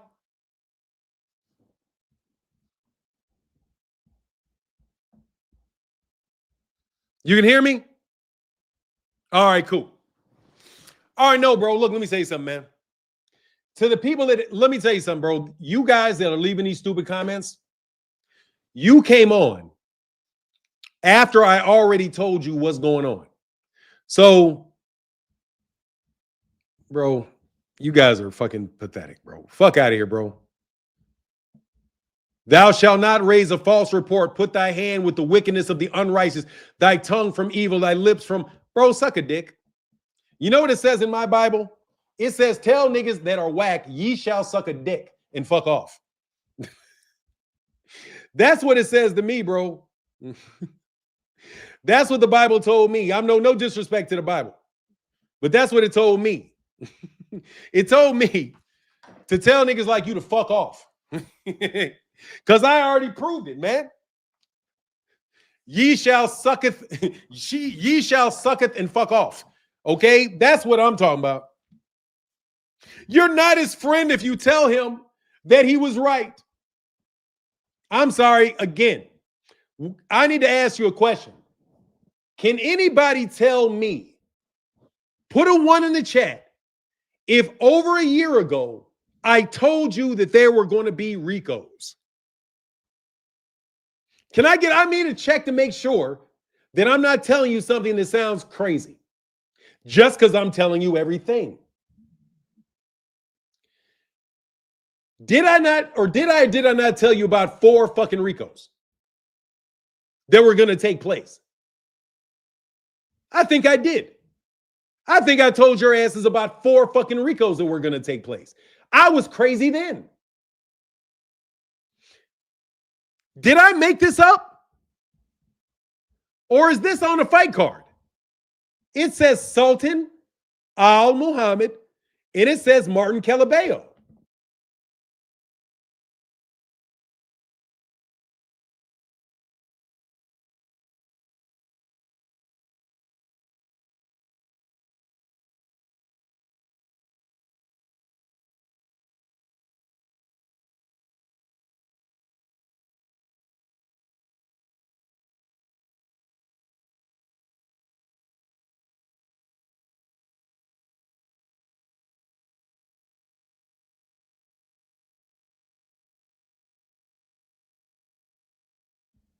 There you go. Anyway, yeah. So anyway, if nobody's my friend, you need to intervene for Martin. I'm going to make everybody seem as if Martin's crazy. Martin is not crazy. What Martin told you was, I can't be muted now. I got this. I got to go get a new mic today. Think you guys are behind. It's back. It's back. It's back. It's back. It's back. It's back. It's back. It's got to be back. Put a 1 in the chat as soon as you can hear me. Run it back. How Paul set him up. I'll say to you, scam, because I don't believe in that shit. I'll run it back, Trader Bears. I don't believe Gervonta Davis did that shit. And until I actually see him go to court, I don't believe this shit happened. I believe it is some make-believe bullshit that they're putting on Gervonta Davis to get out of that fight. And I think that people are getting paid money to run Gervonta Davis's name in the ground. That's what I believe. And I believe it is still Turki Al-Sheikh and Mohammed bin Salam. That's who I put it on. Mohammed bin Salam thinks he's going to take over U.S. boxing. And Mohammed bin Salam is not going to take over American boxing. We will put all them niggas in jail. And you guys can act like a black man is crazy because how can a black man tell you this? You don't know. Nigga, you don't know half the people in this planet. You don't know 99.9% of people on the planet. I'm going to tell you this. If I say it happens and it happens, shut the fuck up. You're the one that's crazy, not me. Even though I don't mind being crazy. But I told you that there were going to be RICO investigations. They're happening like every fucking week. I'm just telling you. No, I mean, I'm telling you, I said, fuck them niggas, fuck them. Fuck you, Turkey. And fuck you, Mohammed bin Salam. Can anybody tell me what this is? Can somebody tell me what this is? This is a skull and buns. Skull and bunnies. Skull and bunnies, bro. Skull and bunnies. So, while I have allegiances, you ever seen this before, guys? Smart asses? Psycho bunny. See that? Any noob knows, for real. Any noob knows, noobs know. So anyway, you know what that means. Y'all niggas ain't blind. Nah, skull and bones, bro. That's skull and bones. Take the ears off. That's skull and bones. That's skull and bones, bro. That's skull and bones. Let me tell you what skull and bones is. Skull and bones are some people that will absolutely put your ass in jail for a very long time, bro. That's who skull and bones are. I'm a noob.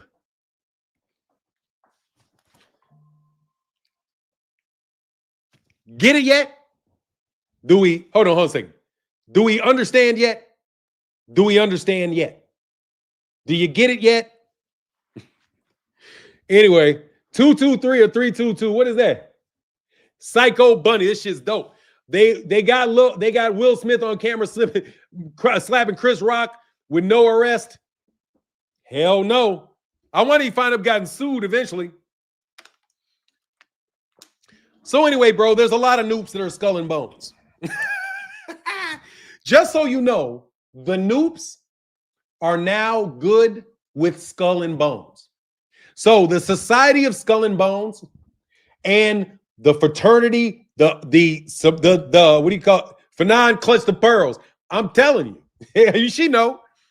So just so you know, just so you know,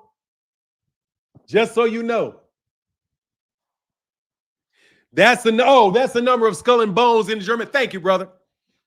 So just so you know, we're cool. Rest in peace, Dick Cheney. Rest in peace, Dick Cheney. Forever rest in peace, Dick Cheney. And shout out to everybody.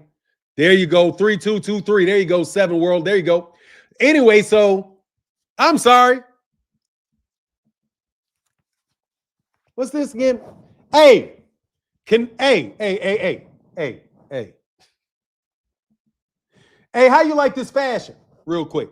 How you like this fashion real quick? How you like this? How you like that? How you like that? And that? I just want to know. Muhammad. I just want to know what you're going to do, little Muhammad, while you sitting over in that fucking desert, little nigga. Like I told Kamal, bro. Little nigga. Little nigga. And I will be back tomorrow. Believe it. You know what it is. Have a wonderful day. Make sure you guys don't do any illegal gambling while you're out there.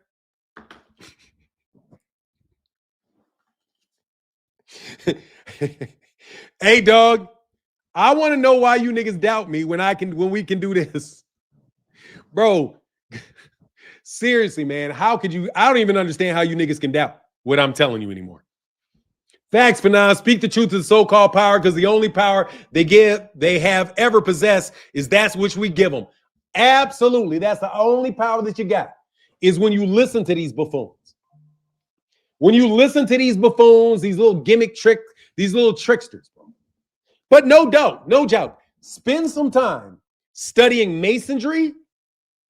When you study masonry and you study like the higher, the more esoteric, when you engage in more esoteric studies, you start seeing some things. And once you get to a certain level, you know what I mean? Like you're beyond 33rd degree, you know, when you're beyond the 33rd degree, like, you know, like that's, you know, when 33rd degree niggas is little to you, you know what I mean? Michael Jackson put it in a song. People didn't pay attention. What is that? A, B, C. It's easy. It's 1, 2, 3. Facts for now. Oh, yes, sir. Oh, man, what it now? Kamal's good. Kamal used to always just tell me how Mohammed bin Salam's the most powerful person in the world. And I'm like, man, I don't believe he is. I don't think any president, king, or anybody in the public eye is the most powerful person in the world. I don't even really think that there is a most powerful person in the world. But I certainly don't give a fuck about Mohammed bin Salam. He doesn't do anything for me. Like my business partners and the people that I'm cool with, bro, they don't need him. They're not looking to go to Saudi Arabia, move to Dubai and do all that bullshit. You know what I mean? They're not trying to welch people off of little petty bets. But I'm telling you, you rip off a couple dukes. You know what I mean? You rip off a couple billionaires. You sucker a couple billionaires. And then let me tell you what happens to these guys when you do them. When they find out what you got, the scam you run, they get really, really, really mad. They get really, really fucking mad. And then they start going through everything that you ever said to them, the way you said it to them, the people you were around, when they said it to them, they pay attention to all of those things. And then they come back to get you because you guys are a petty bunch of thieves. And I'm going to tell you, I'm not the one that's going to come get you because I'm not the one whose money you stole. But I know how to get you. Just tell somebody you stole their money. That's it. These people got gambling addictions. And you're taking advantage of the fact that people have gambling addictions by being addictive, by being an addictive personality to them. And then you start scamming people that got gambling addictions. There are very wealthy people that lose everything by gambling. They have millions and millions and millions and millions of dollars. All of it goes away gambling. Let me tell you who I would be very afraid of right now. Antoine Walker. If Antoine Walker lost all that money gambling in these NBA games and all that shit, and these guys the whole time were stealing these people's money, what do you think people are going to want to do when they find that out? Seriously, man, you guys need to come to Jesus, man. You need to come to Jesus. Look what you're doing. You're literally bribing Dominicans. And you know what that shit is. There ain't 15 Dominicans outside of New York City in the United States. If it's Dominicans, it's New York City. Okay? The vast majority of y'all in the United States are up in New York City running these scams. With who? Who you running these scams with? Floyd. Where you at, fucking Floyd? Where you at, Floyd? What's Floyd saying? Let me talk to Floyd for a second. Hold on. Let me talk to Floyd for a second. My nigga, but I just say Al Heyman a goat. Fuck you talking about? I'm having a hard time with this. So apparently, according to my husband, we all call this different things. Hold on. Give me a second. You guys are not his friends. Hey, I'm sorry. You're not my friends if you listen to me give you facts, the same facts that I've been giving you for 2 years. All of it is very documented for you guys to go check out. Let me give you my thesis again. My thesis is that Mohammed bin Salman is a piece of shit, and so is Turkey al-Sheikh. Fuck them both. Then underneath that, which is really, the important stuff, underneath all of that, there's a bunch of petty criminals running around boxing, basketball, baseball, and probably football. I told you that I was sick of y'all and that my family is very good friends with Obama, that we're very good friends with multiple U.S. senators, mayors, congressmen, and that I know very well how to get an FBI investigation initiated. I told you I know how to do that.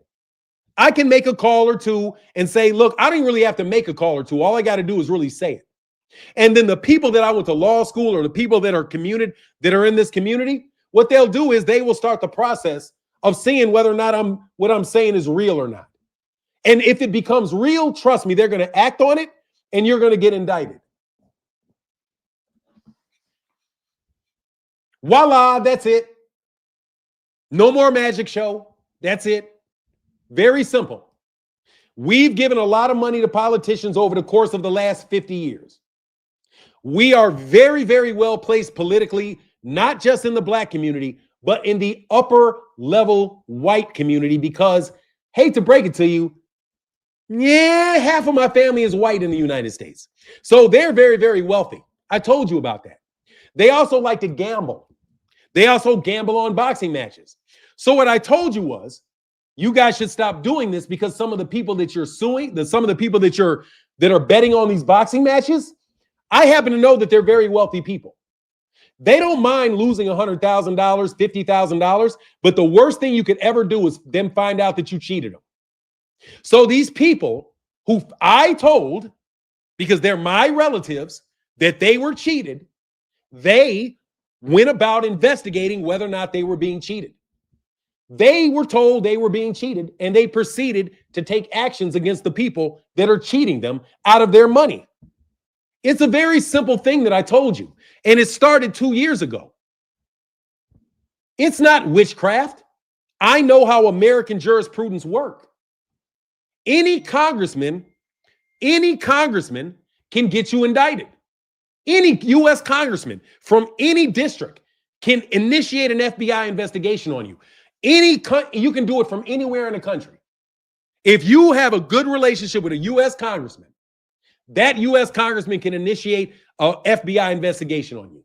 Just like when Dana White wanted to put forward the Muhammad Ali Act, he found a local U.S. congressman in Alabama or somebody to do it for him.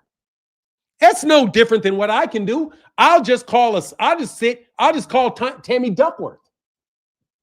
I'll call Tammy Duckworth. I'll say, I need to talk to Tammy Duckworth and tell Tammy Duckworth that these people are engaged in a lot of illegal activity, that they're coming into the United States and they're trying to they're trying to kill the boxing market and basically make it a shell for these guys to extort gambling money and run it out the country. And they want to do it in direct contravention of U.S. law. And I will tell a sitting U.S. congressman, a sitting U.S. citizen, a sitting U.S. senator from my hometown. I will sit down with her and tell her this. And you're going to get investigated.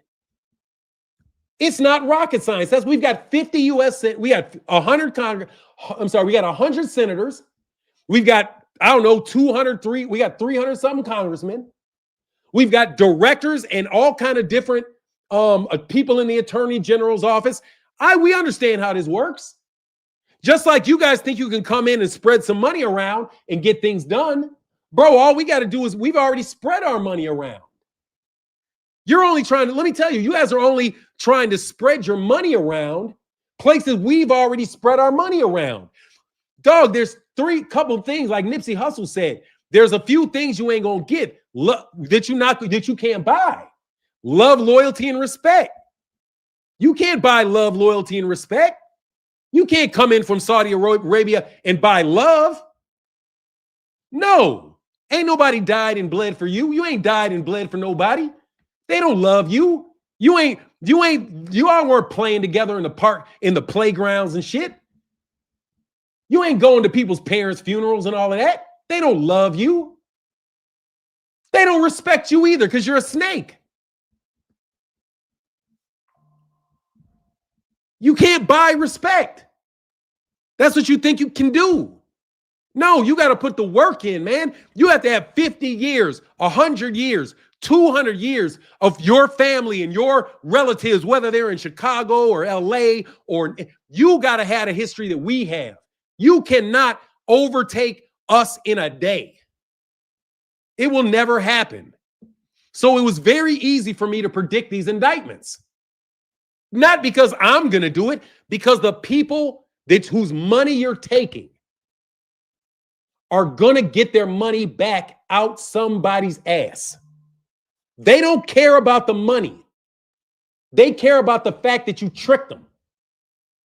They will give away money all day. They'll give money to this guy, money to that guy. They don't care. But when you get caught stealing from them and playing them for a fool, when they were vouching for you and they were backing you and they were putting up big money honestly and not cheating you, and you're playing them cornball with 3D tables and cards with glasses and shit where you can see them, and they're betting. Nigga, these guys want to win baseball games, but you're gambling and making pitchers throw pitches to the ground while these guys are betting on the outcome of a game.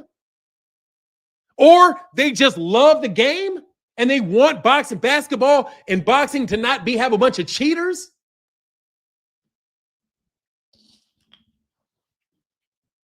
Yeah, man, you guys can't play the Martin's Crazy Act anymore. It's not going to go anywhere. I'm telling you, Victor Conte is bye-bye. However that happened, Victor Conte is bye-bye. He won't be threatening nobody no more. Dana White and TKO are under investigation by the FBI. You think they got, for over 100 fixed fights, you think they're going to get into boxing? Let me ask you a question. What do you think the FBI is going to do to every single solitary boxing match in a league of TKO? Exact. Facts show them they can't do everybody like that. They can't do me like that for nothing. They ran into a nigga they couldn't do nothing to. That's what happened. You ran into a nigga you couldn't do nothing to. I'm made man my ass. I was born into it, bro. Made man my ass. My daddy put in the work. You can't just fuck over our family. My granddaddy put in the work. My great-granddaddy put in the work. Everybody in my family still putting in work. Y'all want to float over here in a turban like Ali fucking Baba and think that you can just fuck around and take everything over? Man, we niggas will shoot that nigga in his ear. Fuck Donald Trump. What do you think Donald Trump is? I ain't worried about no Donald Trump. We ain't worried about no presidents. Bro, nobody, we don't worry about presidents, bro. All presidents do is fuck up business. That's all they do. They're fucking up business. They're starving out a lot of people. But trust me, Donald Trump is doing what they want him to do. Who should I be worried about? Donald Trump? Why? Why should I be worried about Donald Trump? Please let me know. I don't fuck with Donald Trump. My brother knows Donald Trump. My dad knew Donald Trump. Let me repeat. My dad knew Donald Trump. Rest in peace to my dad. My dad knew Donald Trump. Oh, you're just a fucking idiot, bro. You're going to try to take credit for some shit other people did. Fuck out of here. I'm not a crook, stupid. Anyway, you're just going to fuck around and have more shit happen. Keep talking. Keep talking, keep talking, keep talking, keep talking, keep talking. That's all I can get. That's my message of the day. Keep talking. But yeah, my dad knew Donald Trump. My brother knows Donald Trump. What you talking about? My wife's family knows Kamala Harris. That's what happens when when you're, what do you call it? Like, you're not a peon.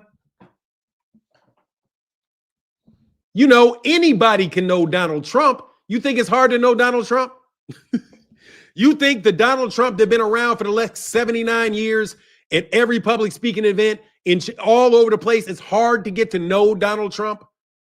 And do you think Donald Trump single-handedly has the ability to do anything? No, he does not. But you know what he does want? He does want assistance in his Project 2025, though. So therefore, the people that were responsible for crafting Project 2025, I think those are the people that anybody should be worried about. Not Donald Trump. It should be the Heritage Foundation, shouldn't it? If you were going to be worried about anybody, shouldn't you be worried about the Heritage Foundation? I'm not worried about the Heritage Foundation. In fact, several of the most prominent members of the Heritage Foundation are very, very nice people that I would support with any and everything that they do.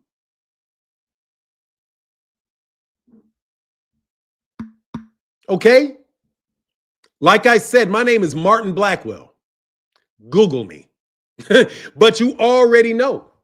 So anyway, y'all going to be going to jail, and I love it. I predicted another, just to go back over this again, 4 RICOs and an accusation. I'm sorry, 4 RICOs, 2 dead people. I'm sorry about laughing at that. 4 RICOs, and Vada is gone. Vada is gone. Vada is gone. Vada is gone. Vada is gone. Vada is out of business. Let me repeat. Vada is out of business. Out of business. Vada is out of business. Yeah, he is. Big U is out of business. Yeah, he is. Mr. Cali, you know, the biggest muscle man in Cali? Y'all remember when certain cats from Cali used to talk a lot of shit? The biggest dude in Cali is behind bars. And his son, unfortunately, is no longer with us. You guys think these are all unconnected, but you don't.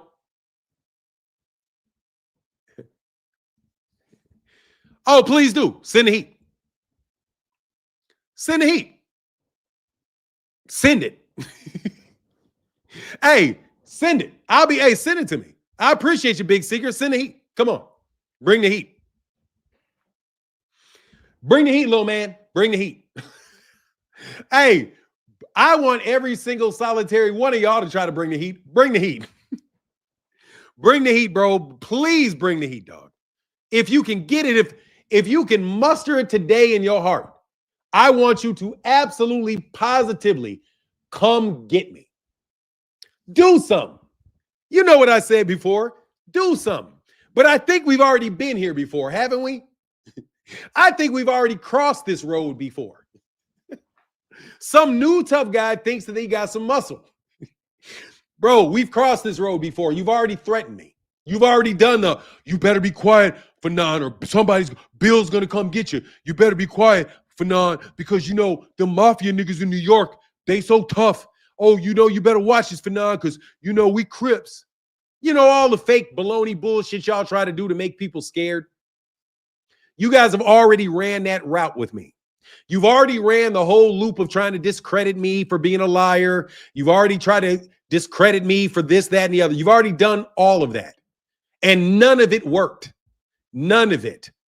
So I am pretty safe in that you're not going to do shit now, because you're in a worse position now than you were before. So I want to know how the hell you're going to come get me with my own men is what I would love to know. I want to know how you're going to come get me with my own men. That would be a real trick. That's like you're going to pour this water over my head. I would love to see you magically make me pour water over my own head. Nigga, you just subscribed yesterday. Fuck off, nigga. Anyway, I'm gloating like a motherfucker. And y'all know it. You know it. So come on, man. I'm going to put a link in the chat in case one of y'all want to say something. But somebody gave me money today, and I got my money's worth today. Hey, I hope everybody got their money's worth. What are you going to do? Get off and call me crazy or something? What you going to do? Make a video? What you going to do? Make a video? What you going to do? Go make a video about me or something? What you going to do? Hey, Turkey, what you going to do? You're going to call some news people to say something bad about me, bro? What you going to do? What you going to do? Please, you're going to send some more bots over here tomorrow? You fresh making more bots for tomorrow? Is that what you're doing? You're sitting up there trying to figure out who else you can get to come over here? Dog, you lost this, man. Man, this is chess, and you've already lost. Because I started playing chess on live stream. Yes, I did. I started playing chess on live stream because I got sick of you. And I was pretty sure that I could get you niggas indicted. And I got you niggas indicted. So it pays to know presidents. It pays to know mayors. It pays to know governors, senators, congressmen. Also, it really does pay to know a lot of underworld people and pretty much be able to do what you want to do. I wouldn't try it at home if I was you. I really wouldn't. You know how they say that? Like, don't try this at home. That's what they say. Don't try this at home. What I just did to those people, I will admit that you yourself should not try that at home. But I will also tell Bill, don't try that shit at home. That's what everybody told them. Don't try it at home.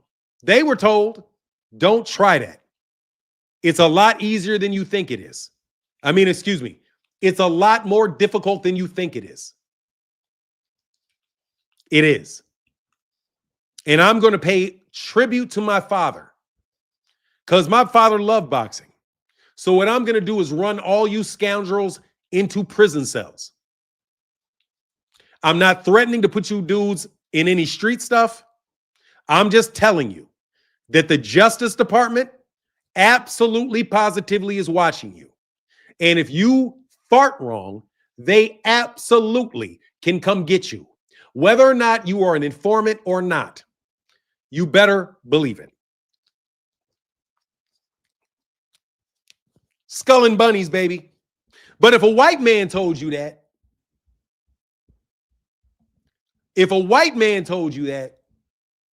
you'd believe every word he said.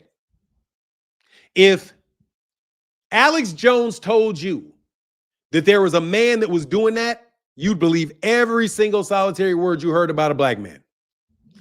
I show you. I didn't just tell you. I literally showed you. I said that there would be indictments. I said people were going to go to jail off this gambling shit. After I said it, Big U got indicted, and it involved boxing with Adrian Bronner. After that, they uncovered an NBA gambling ring with NBA players that were arrested. Somebody wanted to make a very clear example of the NBA when you start arresting active players and active coaches. After that, the UFC launched an investigation into TKO and Dana White, which is a partnership, or UFC and Dana White, who Turki Al-Sheikh is in partnership with. Turki Al-Sheikh's business partner right now, according to people that know, like Ariel Helwani, is under federal investigation. Please let me know. If Dana White is so good with Donald Trump, how is it that he got investigated with the FBI? Let me repeat this. Every one of you guys that say Dana White is so powerful because Dana White is friends with Donald Trump. If that's the case, then why is the FBI investigating Dana White right now? Now, I'm going to put a link in this chat and tell me that I am delusional. Because you're telling me that this Ali Act is going to get passed because Dana White is good with Donald Trump. But somehow, Donald Trump, who is over the FBI, he is over the Federal Bureau of Investigation. Dana White gets investigated for over 100 fixed fights is investigated by the FBI. If they get investigated and charged by the FBI, the Justice Department will take it up. But yet you said that because Dana White was so powerful that he could get anything by Donald Trump. Why is Dana White getting investigated then? If he's such a big guy. These are just logical questions I have for you. If he's such a big guy, why is he getting investigated? If he has so much power, Dana White, listen, if he has so much power that he is able to overturn the Muhammad Ali Act because of his relationship with Donald Trump, then why can't he get out of an FBI investigation into his own company? And which do you think he would prioritize? Because you can't ask for a million things. You got to be careful when you ask for politicians for things. You can only ask them for important things. If you ask them for too many things, it's not going to work. So Donald, you're telling me that Dana White is going to ask for Donald Trump to investigate the UFC, but focus his energy on overturning the Muhammad Ali Act?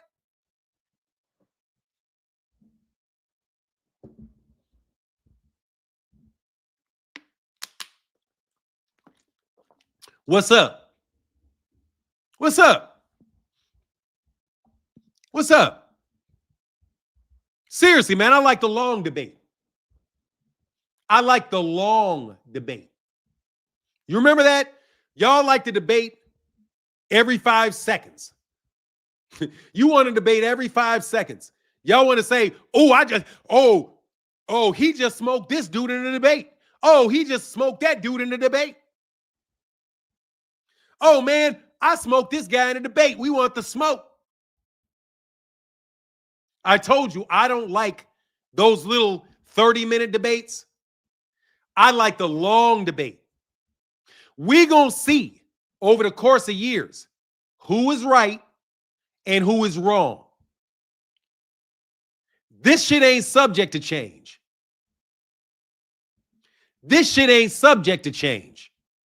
I'm already telling you. This shit ain't subject to change.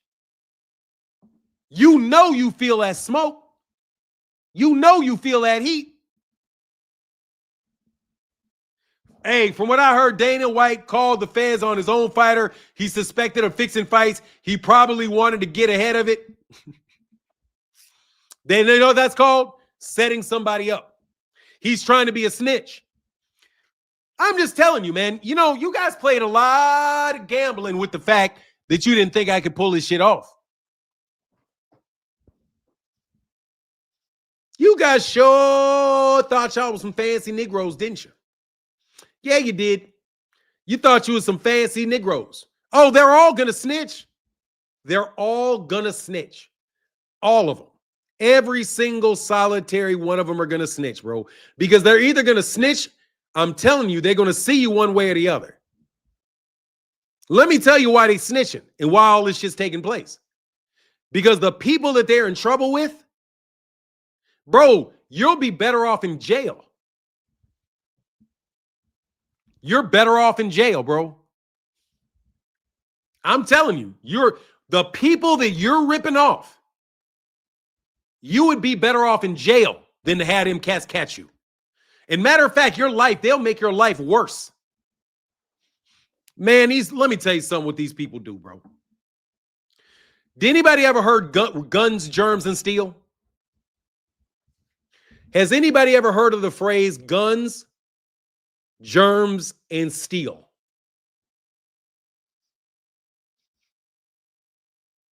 Do not think, man, you do not know what these people are capable of.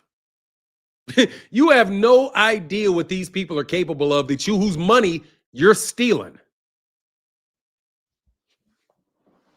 That's the only thing I can say. You have no idea. Think of the absolute worst people you would ever want to take their money from. And that's them.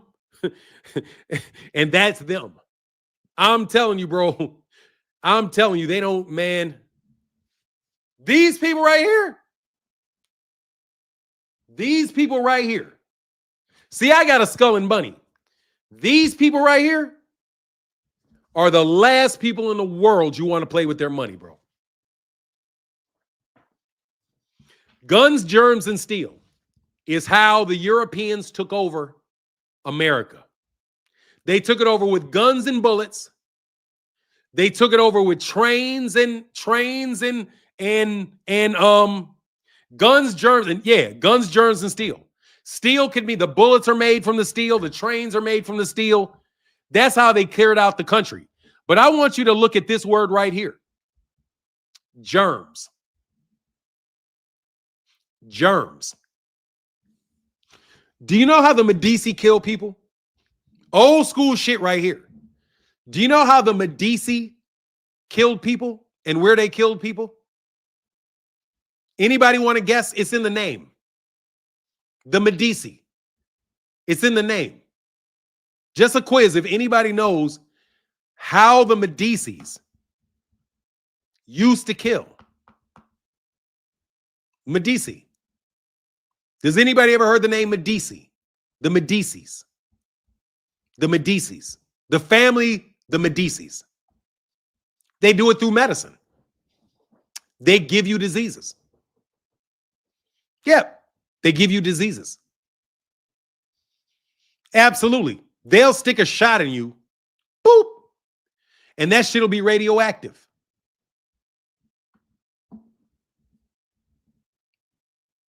Seriously. They are so fucking vicious. They will shoot you in a hospital with a radioactive needle. No, with a radioactive needle. And there's your rapidly advancing cancer. Why? Because your ass just swallowed some shit that's going to give you cancer, bro.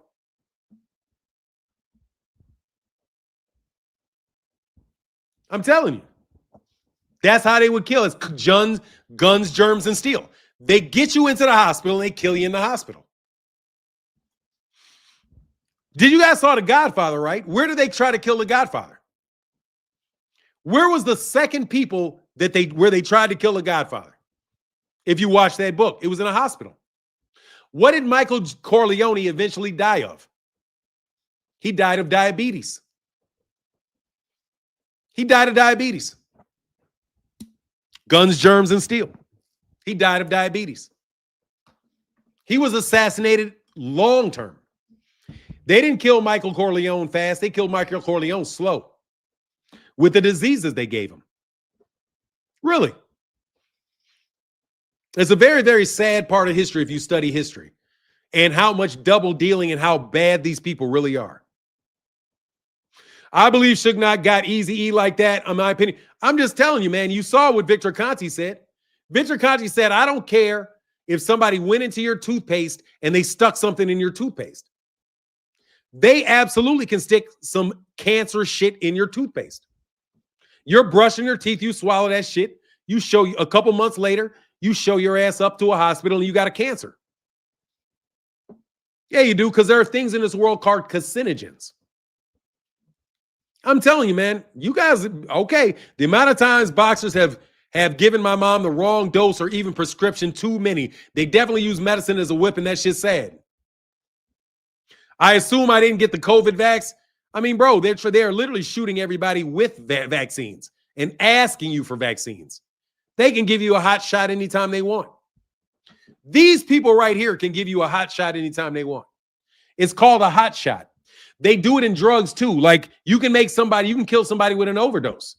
You just give somebody medication. You know somebody snorts, does drugs, and they're tripping. You don't like them. You give them a hot dose.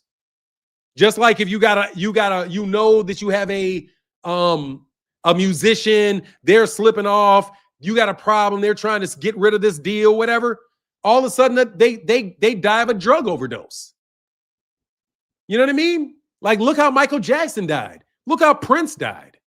Look at the things that Michael Jackson was saying, the things that Prince said, and look at how they died. I mean, just use your common sense, man. When you don't put anything past someone, and you know that these are, like I say, when you're dealing with police officers, I got nothing but respect for police officers, but you better believe a nurse is every bit as dangerous as a police officer, man. They got all kind of stories of nurses just Xing people in hospitals, man. They can make some shit look like an accident, an accidental death. The hospital gets the insurance, man. These people are out the door, bro. So don't tell me nothing, man. I'm trying to tell you, bro. Don't tell me nothing. You guys are playing with the wrong people's money. And you guys are running around, dude, you guys are running around throwing signs like you niggas wearing, I should bust all you niggas out for your fake ass signs. Today you want to wear dark horn-rimmed glasses to act like you're an Illuminati. The next day you want to have a fatigue, you want to have a fatigue hat on. The next day you want to be in black and red from Chicago. You niggas got that poof, daddy got that stupid ass poof in the back of his fucking head. Bro, everybody sees this shit, man. And I'm just telling you, man. You guys play with people's money, man. I wouldn't be playing with people's money if I was y'all. If I was y'all, no. Do not believe in coincidences and dog, stop playing. But that's okay. Don't listen to me. You know, Heard. That's why Kevin died, because he was on the verge of exposing Big Pharma, or he was on the verge, or they'll clash your plane because you're on the fucking verge of busting out the NBA. Man, look, bro, people die all the time, bro. Believe it.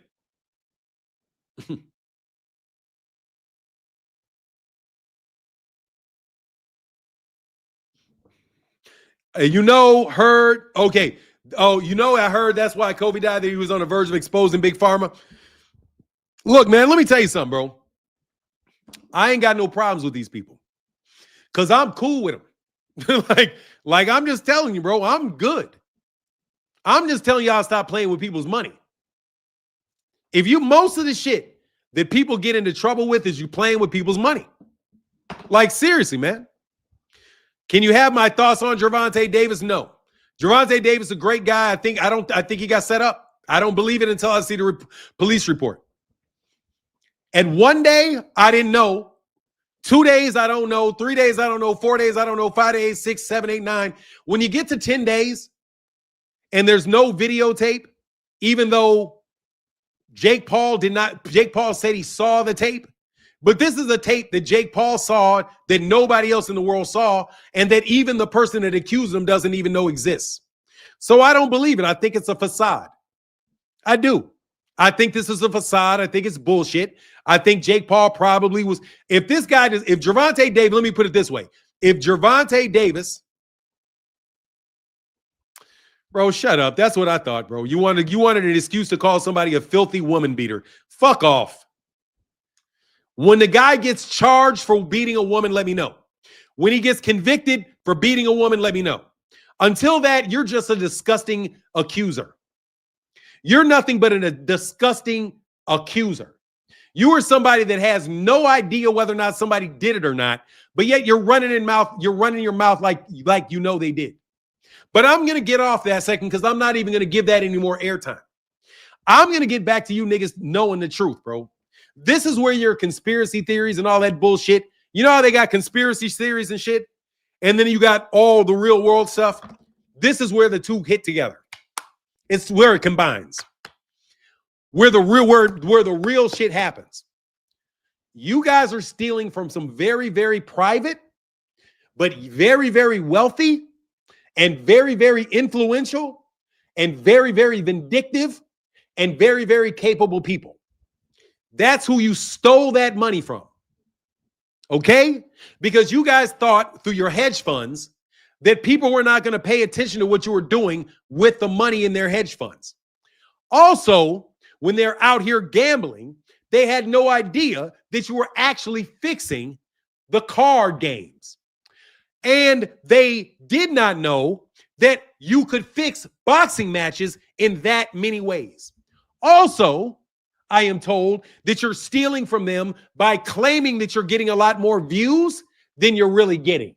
So when you claim that your fights have sold this much or done this much, it really hasn't. What you were really doing is you're taking a bunch of money, you're taking tickets off the ticket market, and then you are selling it to these people who, by the way, wind up not being able to resell it themselves, but have to take losses on it. It's a lot of complicated stuff when you have this many moving parts in the wild, wild west. So can you put a 1 and a 1 and it's never mind Jake Paul, he's a clown. No, yeah, but no, I'm not never minding Jake Paul. Fuck that. Don't pay attention to Jake Paul. Brandon Shields. Oh, are you listening to Clarissa Shields? You must be related to Clarissa Shields. That's not your handle, but I got your name. Your name is Brandon Shields. Are you related to Clarissa Shields? That fraud? Not that she's a fraud, but she was frauding. That's for sure. She can fight, but some shit's fraudy. Oh, thank you so much, man. Hey, Simon Eddie in the building. Thank you, brother. Thank you so much, bro. That's not what happened. Kobe had a beef with a small-time pharma company that he could have purchased. That's not big pharma. There's no such thing as he had a beef with a small pharmaceutical company. That's just as bad. That's the mob. A small pharmaceutical company is the mob. So honestly, bro, you shouldn't be fucking around with pharmacy. They're drug dealers, bro. What you think they're going to do? I wouldn't play around with people that work at Eli Lilly. You know what I'm saying?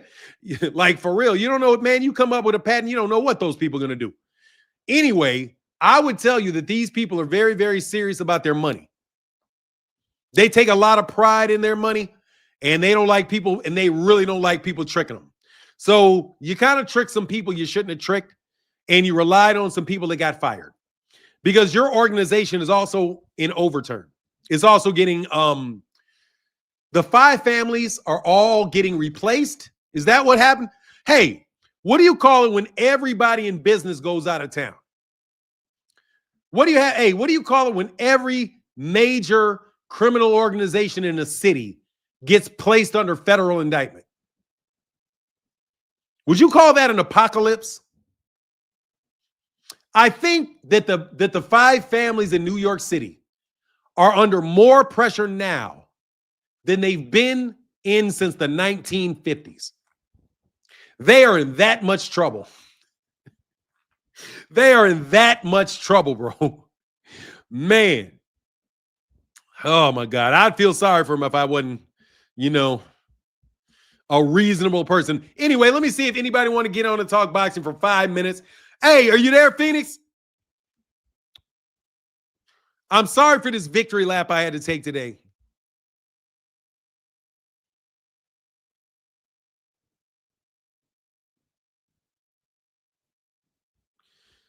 I'm a clinical director and handle medications and controlled substance, overtaxing and robbing people.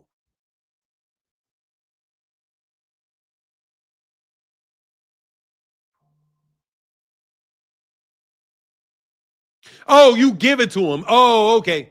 I don't get it. Fanan, I watched a few of your brother's speeches at events on YouTube. Genius, inspiring stuff. Yeah, that's the man. Bobby's a genius for sure. Everybody in my family's a genius. That's why we all go crazy. Everybody's really smart. Bobby's a brilliant, Troy Hutch, Bobby's a brilliant man. He's a brilliant, brilliant man. A good guy, too. That's my dude right there. That's my brother. Yeah, he is a brilliant guy. Brilliant guy. Oh, yeah, here you go. Come on, man. Let me get the hate, bro. Oh, I didn't give you the link yet. The hate. Come on, hate, man. Yeah, he's a brilliant man. Yeah, he's brilliant, bro. Brilliant. Brother is brilliant. He's a brilliant man. Like, brilliant man.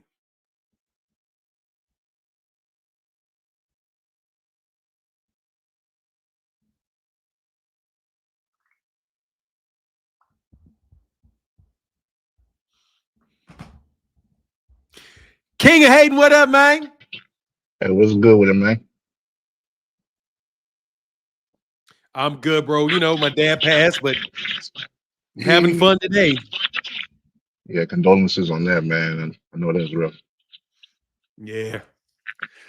Kind of knew it was But coming. yeah, I feel at least he had that preparation.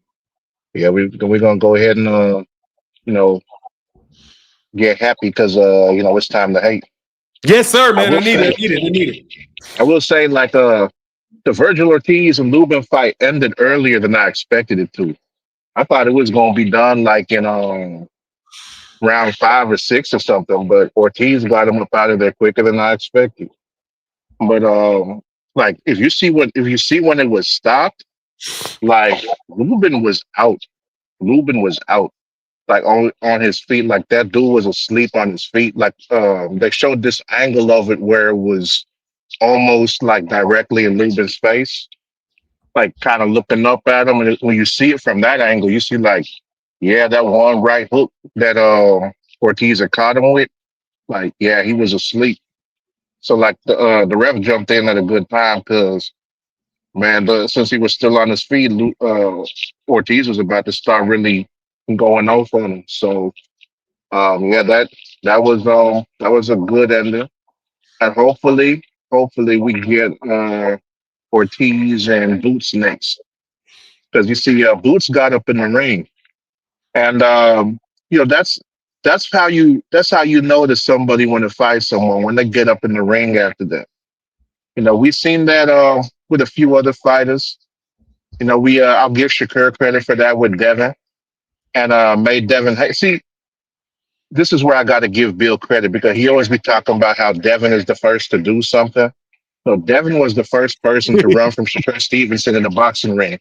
I have never seen somebody run from Shakur Stevenson inside the boxing ring, and Devin Haney was the first person to do it that day. So that was kind of impressive.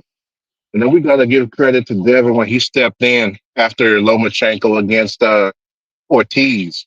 He jumped up in there, called Lomachenko out. That fight happened next. So we see that trend when people want to fight each other. Now, the other thing is Devin Haney and Brian Norman Jr. Like, I got to tell y'all, like, Brian Norman Jr. remind me of T.I. when he talking. Like, just his cadence and everything.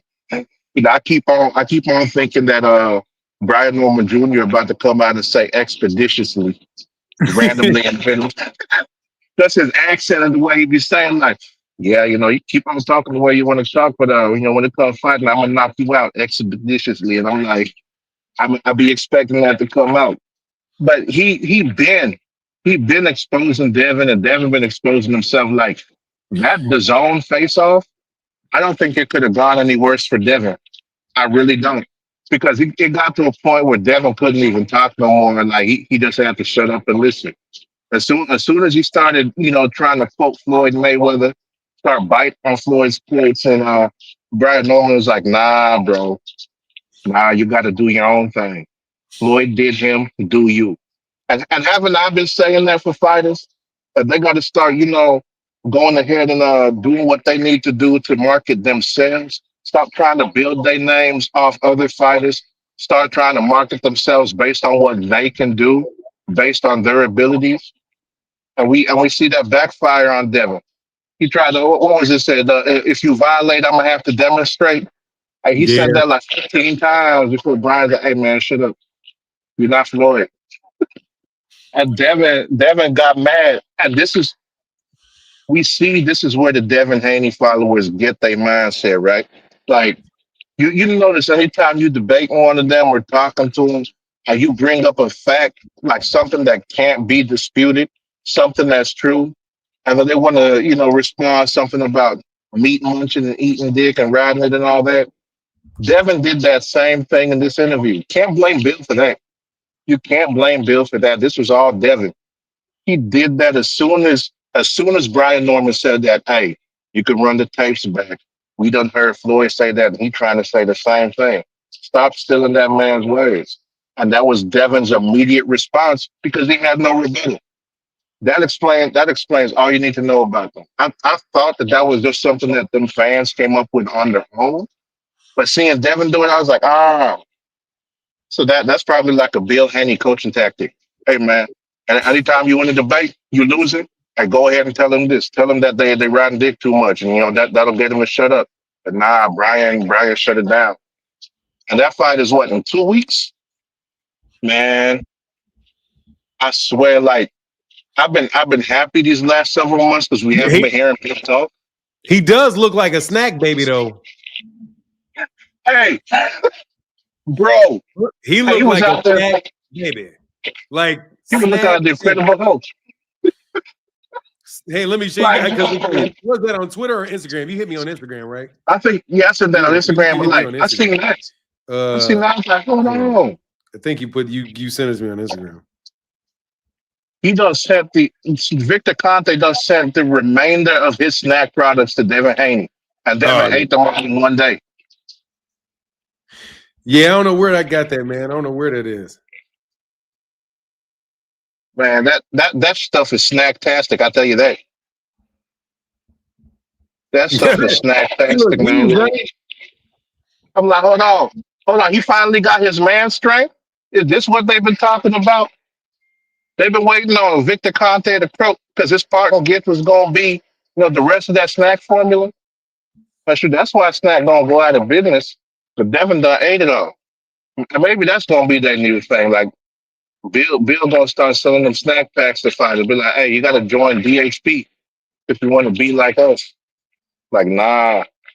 But I don't think that's gonna I don't think it's gonna help. Because even with that extra muscle and stuff, looking like he athletic, Devin ain't really athletic.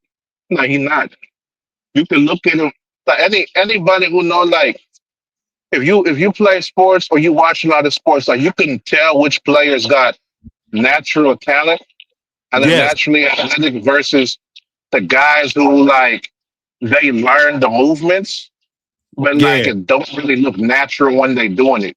It looks like robotic in a way. And you can tell the difference between them. And that's kind of like what they do in. Yeah, I appreciate it, bro. Like you could tell the difference between that and Devin. Like it's the same thing with Shakur Stevenson to a certain extent. Like these guys all know like the movements to do. They know how to jab. They know you look at Devin shadow boxing. You watch like a 30-second clip of him shadow boxing, and he'll do the same move like 5 times, like the exact same way. And then like you see, he's not moving his head or nothing. He's not changing angles. And he'll do like the same movement with his feet, the same combination with his punches, and not be moving his head. Well, you look at some of the other fighters, when you see they'll be moving their head, you see they'll be fainting. You see they throw in some pivots, some rolls, and some slips in their shadow boxing. Like, and that's just within like 30 seconds. You know, that's one of the things for me where I look at, if you look at Devin in that sparring with Tank where he got his ass whipped. Now you compare that to his fights with Ryan Garcia that they got footage of in the amateurs, and then you go ahead and compare it to his fights with Lomachenko and Ryan Garcia, like later, like this far in his career. You see that he fights the exact same way since the amateurs. Like it's one of those things for me where it's like that's what lets you know that some fighters don't really have it. They don't. They got to have certain opponents in front of them, which is another thing Devin exposed himself about in that face-off.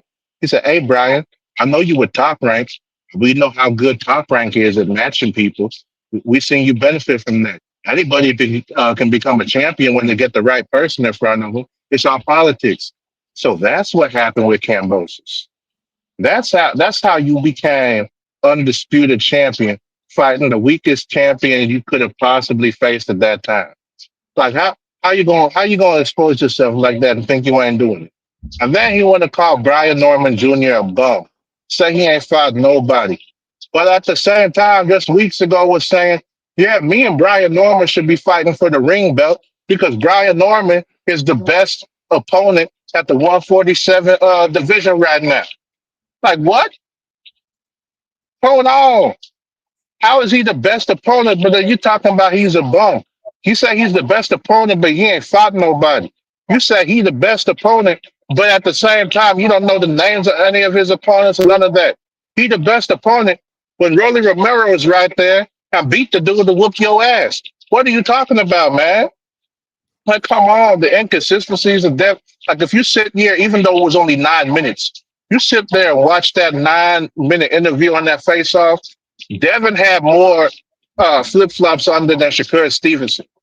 I don't know between Shakur Stevenson and Devin Haney right now who's more inconsistent. You could say they're consistently lying, but man, even then, like the craziness of this, man. I hope I hope that Devin follow after Bill after this fight and like stop talking. Like if he got to eat cake through a straw again, like he did after Ryan Garcia, that would be a blessing for boxing. I shit you not. Like this fight is a pivotal moment in Devin Haney's career right now. The only thing that could be worse than this would have been if he lost to Rolly Romero instead, just because of the way that people be looking at Rolly because they be hating on him. Like if Brian Norman come up here, Devin don't even have to lose the fight. He don't even have to lose the fight. He just have to look horrible. He just has to look horrible. And if that happens again, we will finally see the end of Devin in boxing. And then one more last bit of hate. I see that Shakur Stevenson and Teofimo are saying they fight on January 31st at Madison Square Garden. That's what they say, and that's what the buzz is on Twitter. You know, and you see Shakur out there, you know, thank you Teofimo. You know, you a real one, all this and that on Twitter. Man, if this fight don't happen, I want Shakur Stevenson and Teofimo to delete their social media. I don't want to see him in no more interviews. I don't want to see Teofimo in another Burger King commercial. I don't want to see him, you know, doing them little skits sitting in a box in the corner of New York talking about he homeless and need a job. I don't want to see Shakur Stevenson talking about for the fifth time in as many years, yeah, this is my year. This is my time to shine. I'll show you how great I am. I don't want to see that no more. I don't want to see like, yeah, this is the best me. But at the same time, yeah, my hands was hurt. I couldn't do as much as I wanted to do. I don't want to see no more. I want them to go away. I want them to go the hell away. And then boxing will, you know, settle back into some sense of normalcy. It'll be back to where we ain't got to worry about 15 liars coming out to tell 15 different lies about the same fighter. I don't want to see that. It will be a blessing when they gone. And if the fight do happen, I hope Shakur Stevenson lose. And that'll be it for me. But I'll go ahead and leave you with that, man.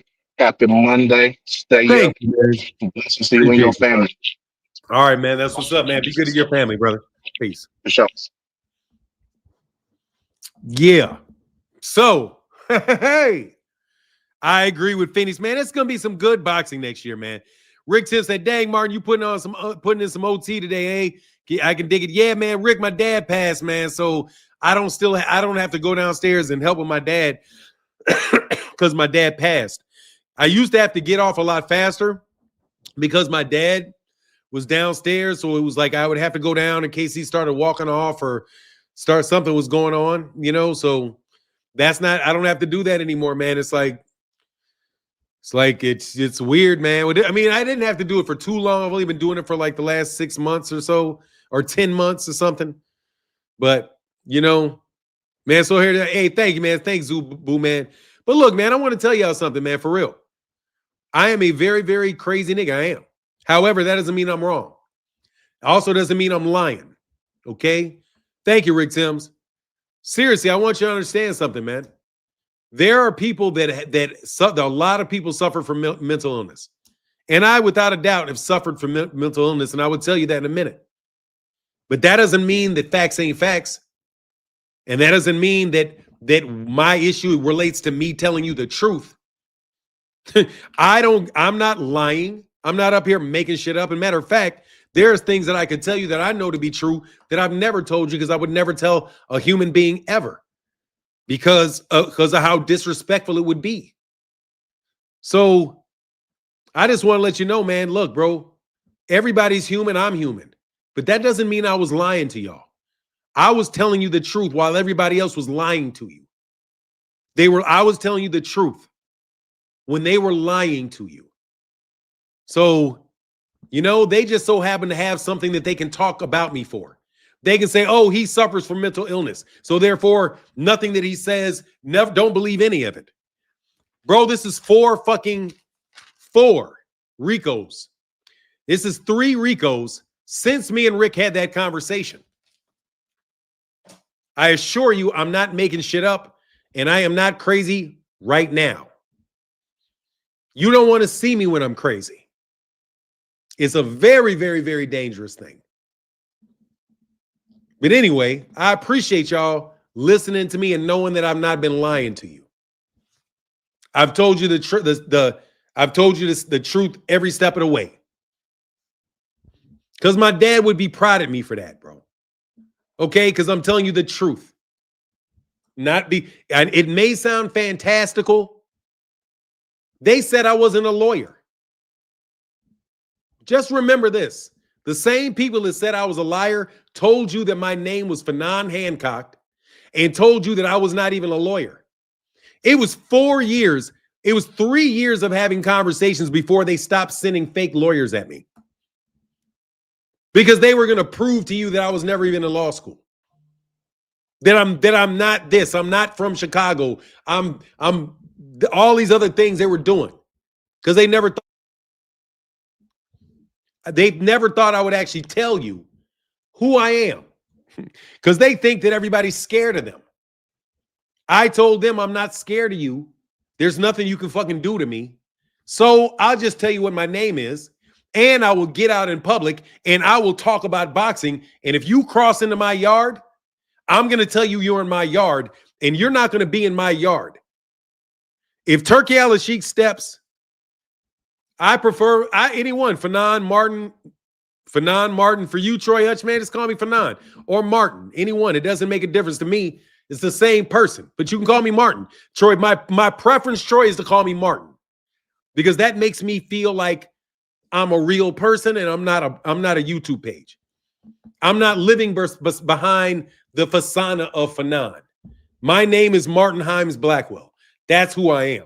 I'm not hiding behind a facade. I did not create some alter ego named Fanon that I can hide behind and make believe that I'm this and make believe that I'm that. No, Fanon is the name of the channel. My name is Martin Blackwell. And because of the people that I was connected to, they thought that they had to go through, that they could do all kind of shit to me and that nobody would defend me. And they did not know how much connection I have. I am very, very, very connected. And when I'm telling you I'm connected, I mean I am super duper fucking connected. I'm the most connected person you will probably ever meet in your life. Okay, and I worked to get that way. So you guys want to take away the 50 plus years of work I put in before I got on YouTube? I've been on YouTube 7 years, bro. I was 50 years old before I got here. I raised 2 kids, had multiple businesses, did my thing, worked as a professional for over 30 years before I ever started talking boxing. This is my retirement. And you guys acted like I'm just some homeless bum talking boxing and trying to get a quick buck off you. No, I'm going to give you real value. I'm going to give you real value because I'm a real person. I'm not trying to achieve in life. I'm already achieved. Let me repeat. I am not trying to achieve in life. I have already achieved. I have already made it. I'm already a success. I've already done more in my life than anybody ever thought that I would have done or been capable of doing. I have a beautiful daughter, a handsome son, a wife that I've been in a marriage with for almost 30 years. I've been a success before I got here. You guys are actors. You guys are actors trying to get a career. I'm just a boxing fan that loves the sport for my own personal reasons that I'm quite sure you know. So there's some things that I don't even have to say. Some things I don't even have to say. You know who I am. Anyway, much love to the people that are real folk around here. Shout out David Williams. Shout out to Tommy Hearns. Shout out to Spike O'Sullivan. Spike O'Sullivan, thank you so much for what you said about my father. Oh, and by the way, if you think my father was some bubblegum chewing nigga walking down the street, you're dead fucking wrong. Let me repeat. If you think Bob Blackwell was some bubblegum chewing fat boy that you could do anything to, let's just put it this way. He was not. Rest in peace to the great Bob Blackwell. Going to give my dad one more 10 count on the way out the door.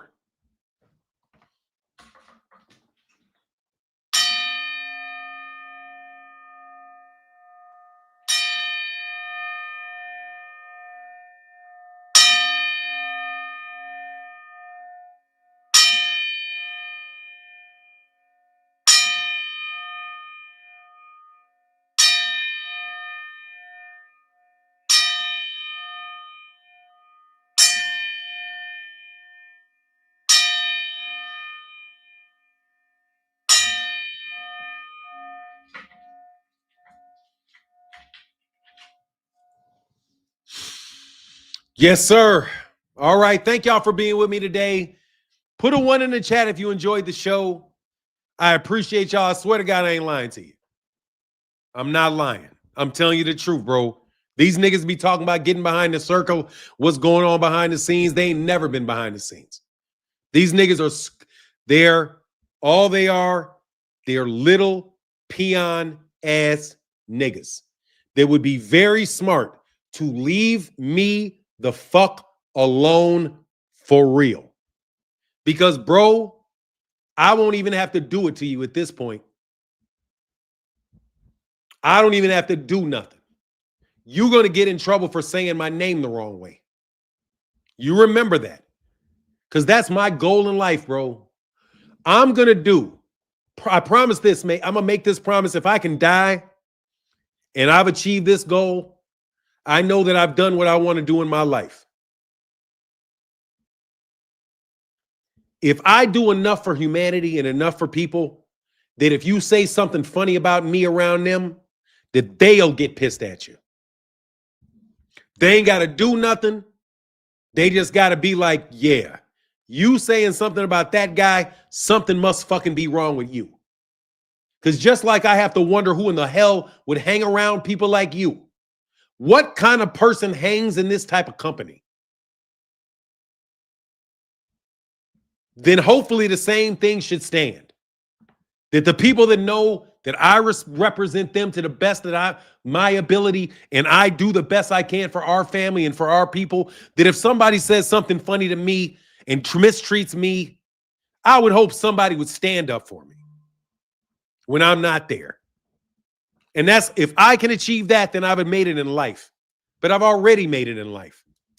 You know why? Because y'all confirm me. Anyway, with that, I'm up out of here, man. Much love to everybody in the chat, everybody in the super chat. Y'all have a wonderful day, and I'm out. Deuces.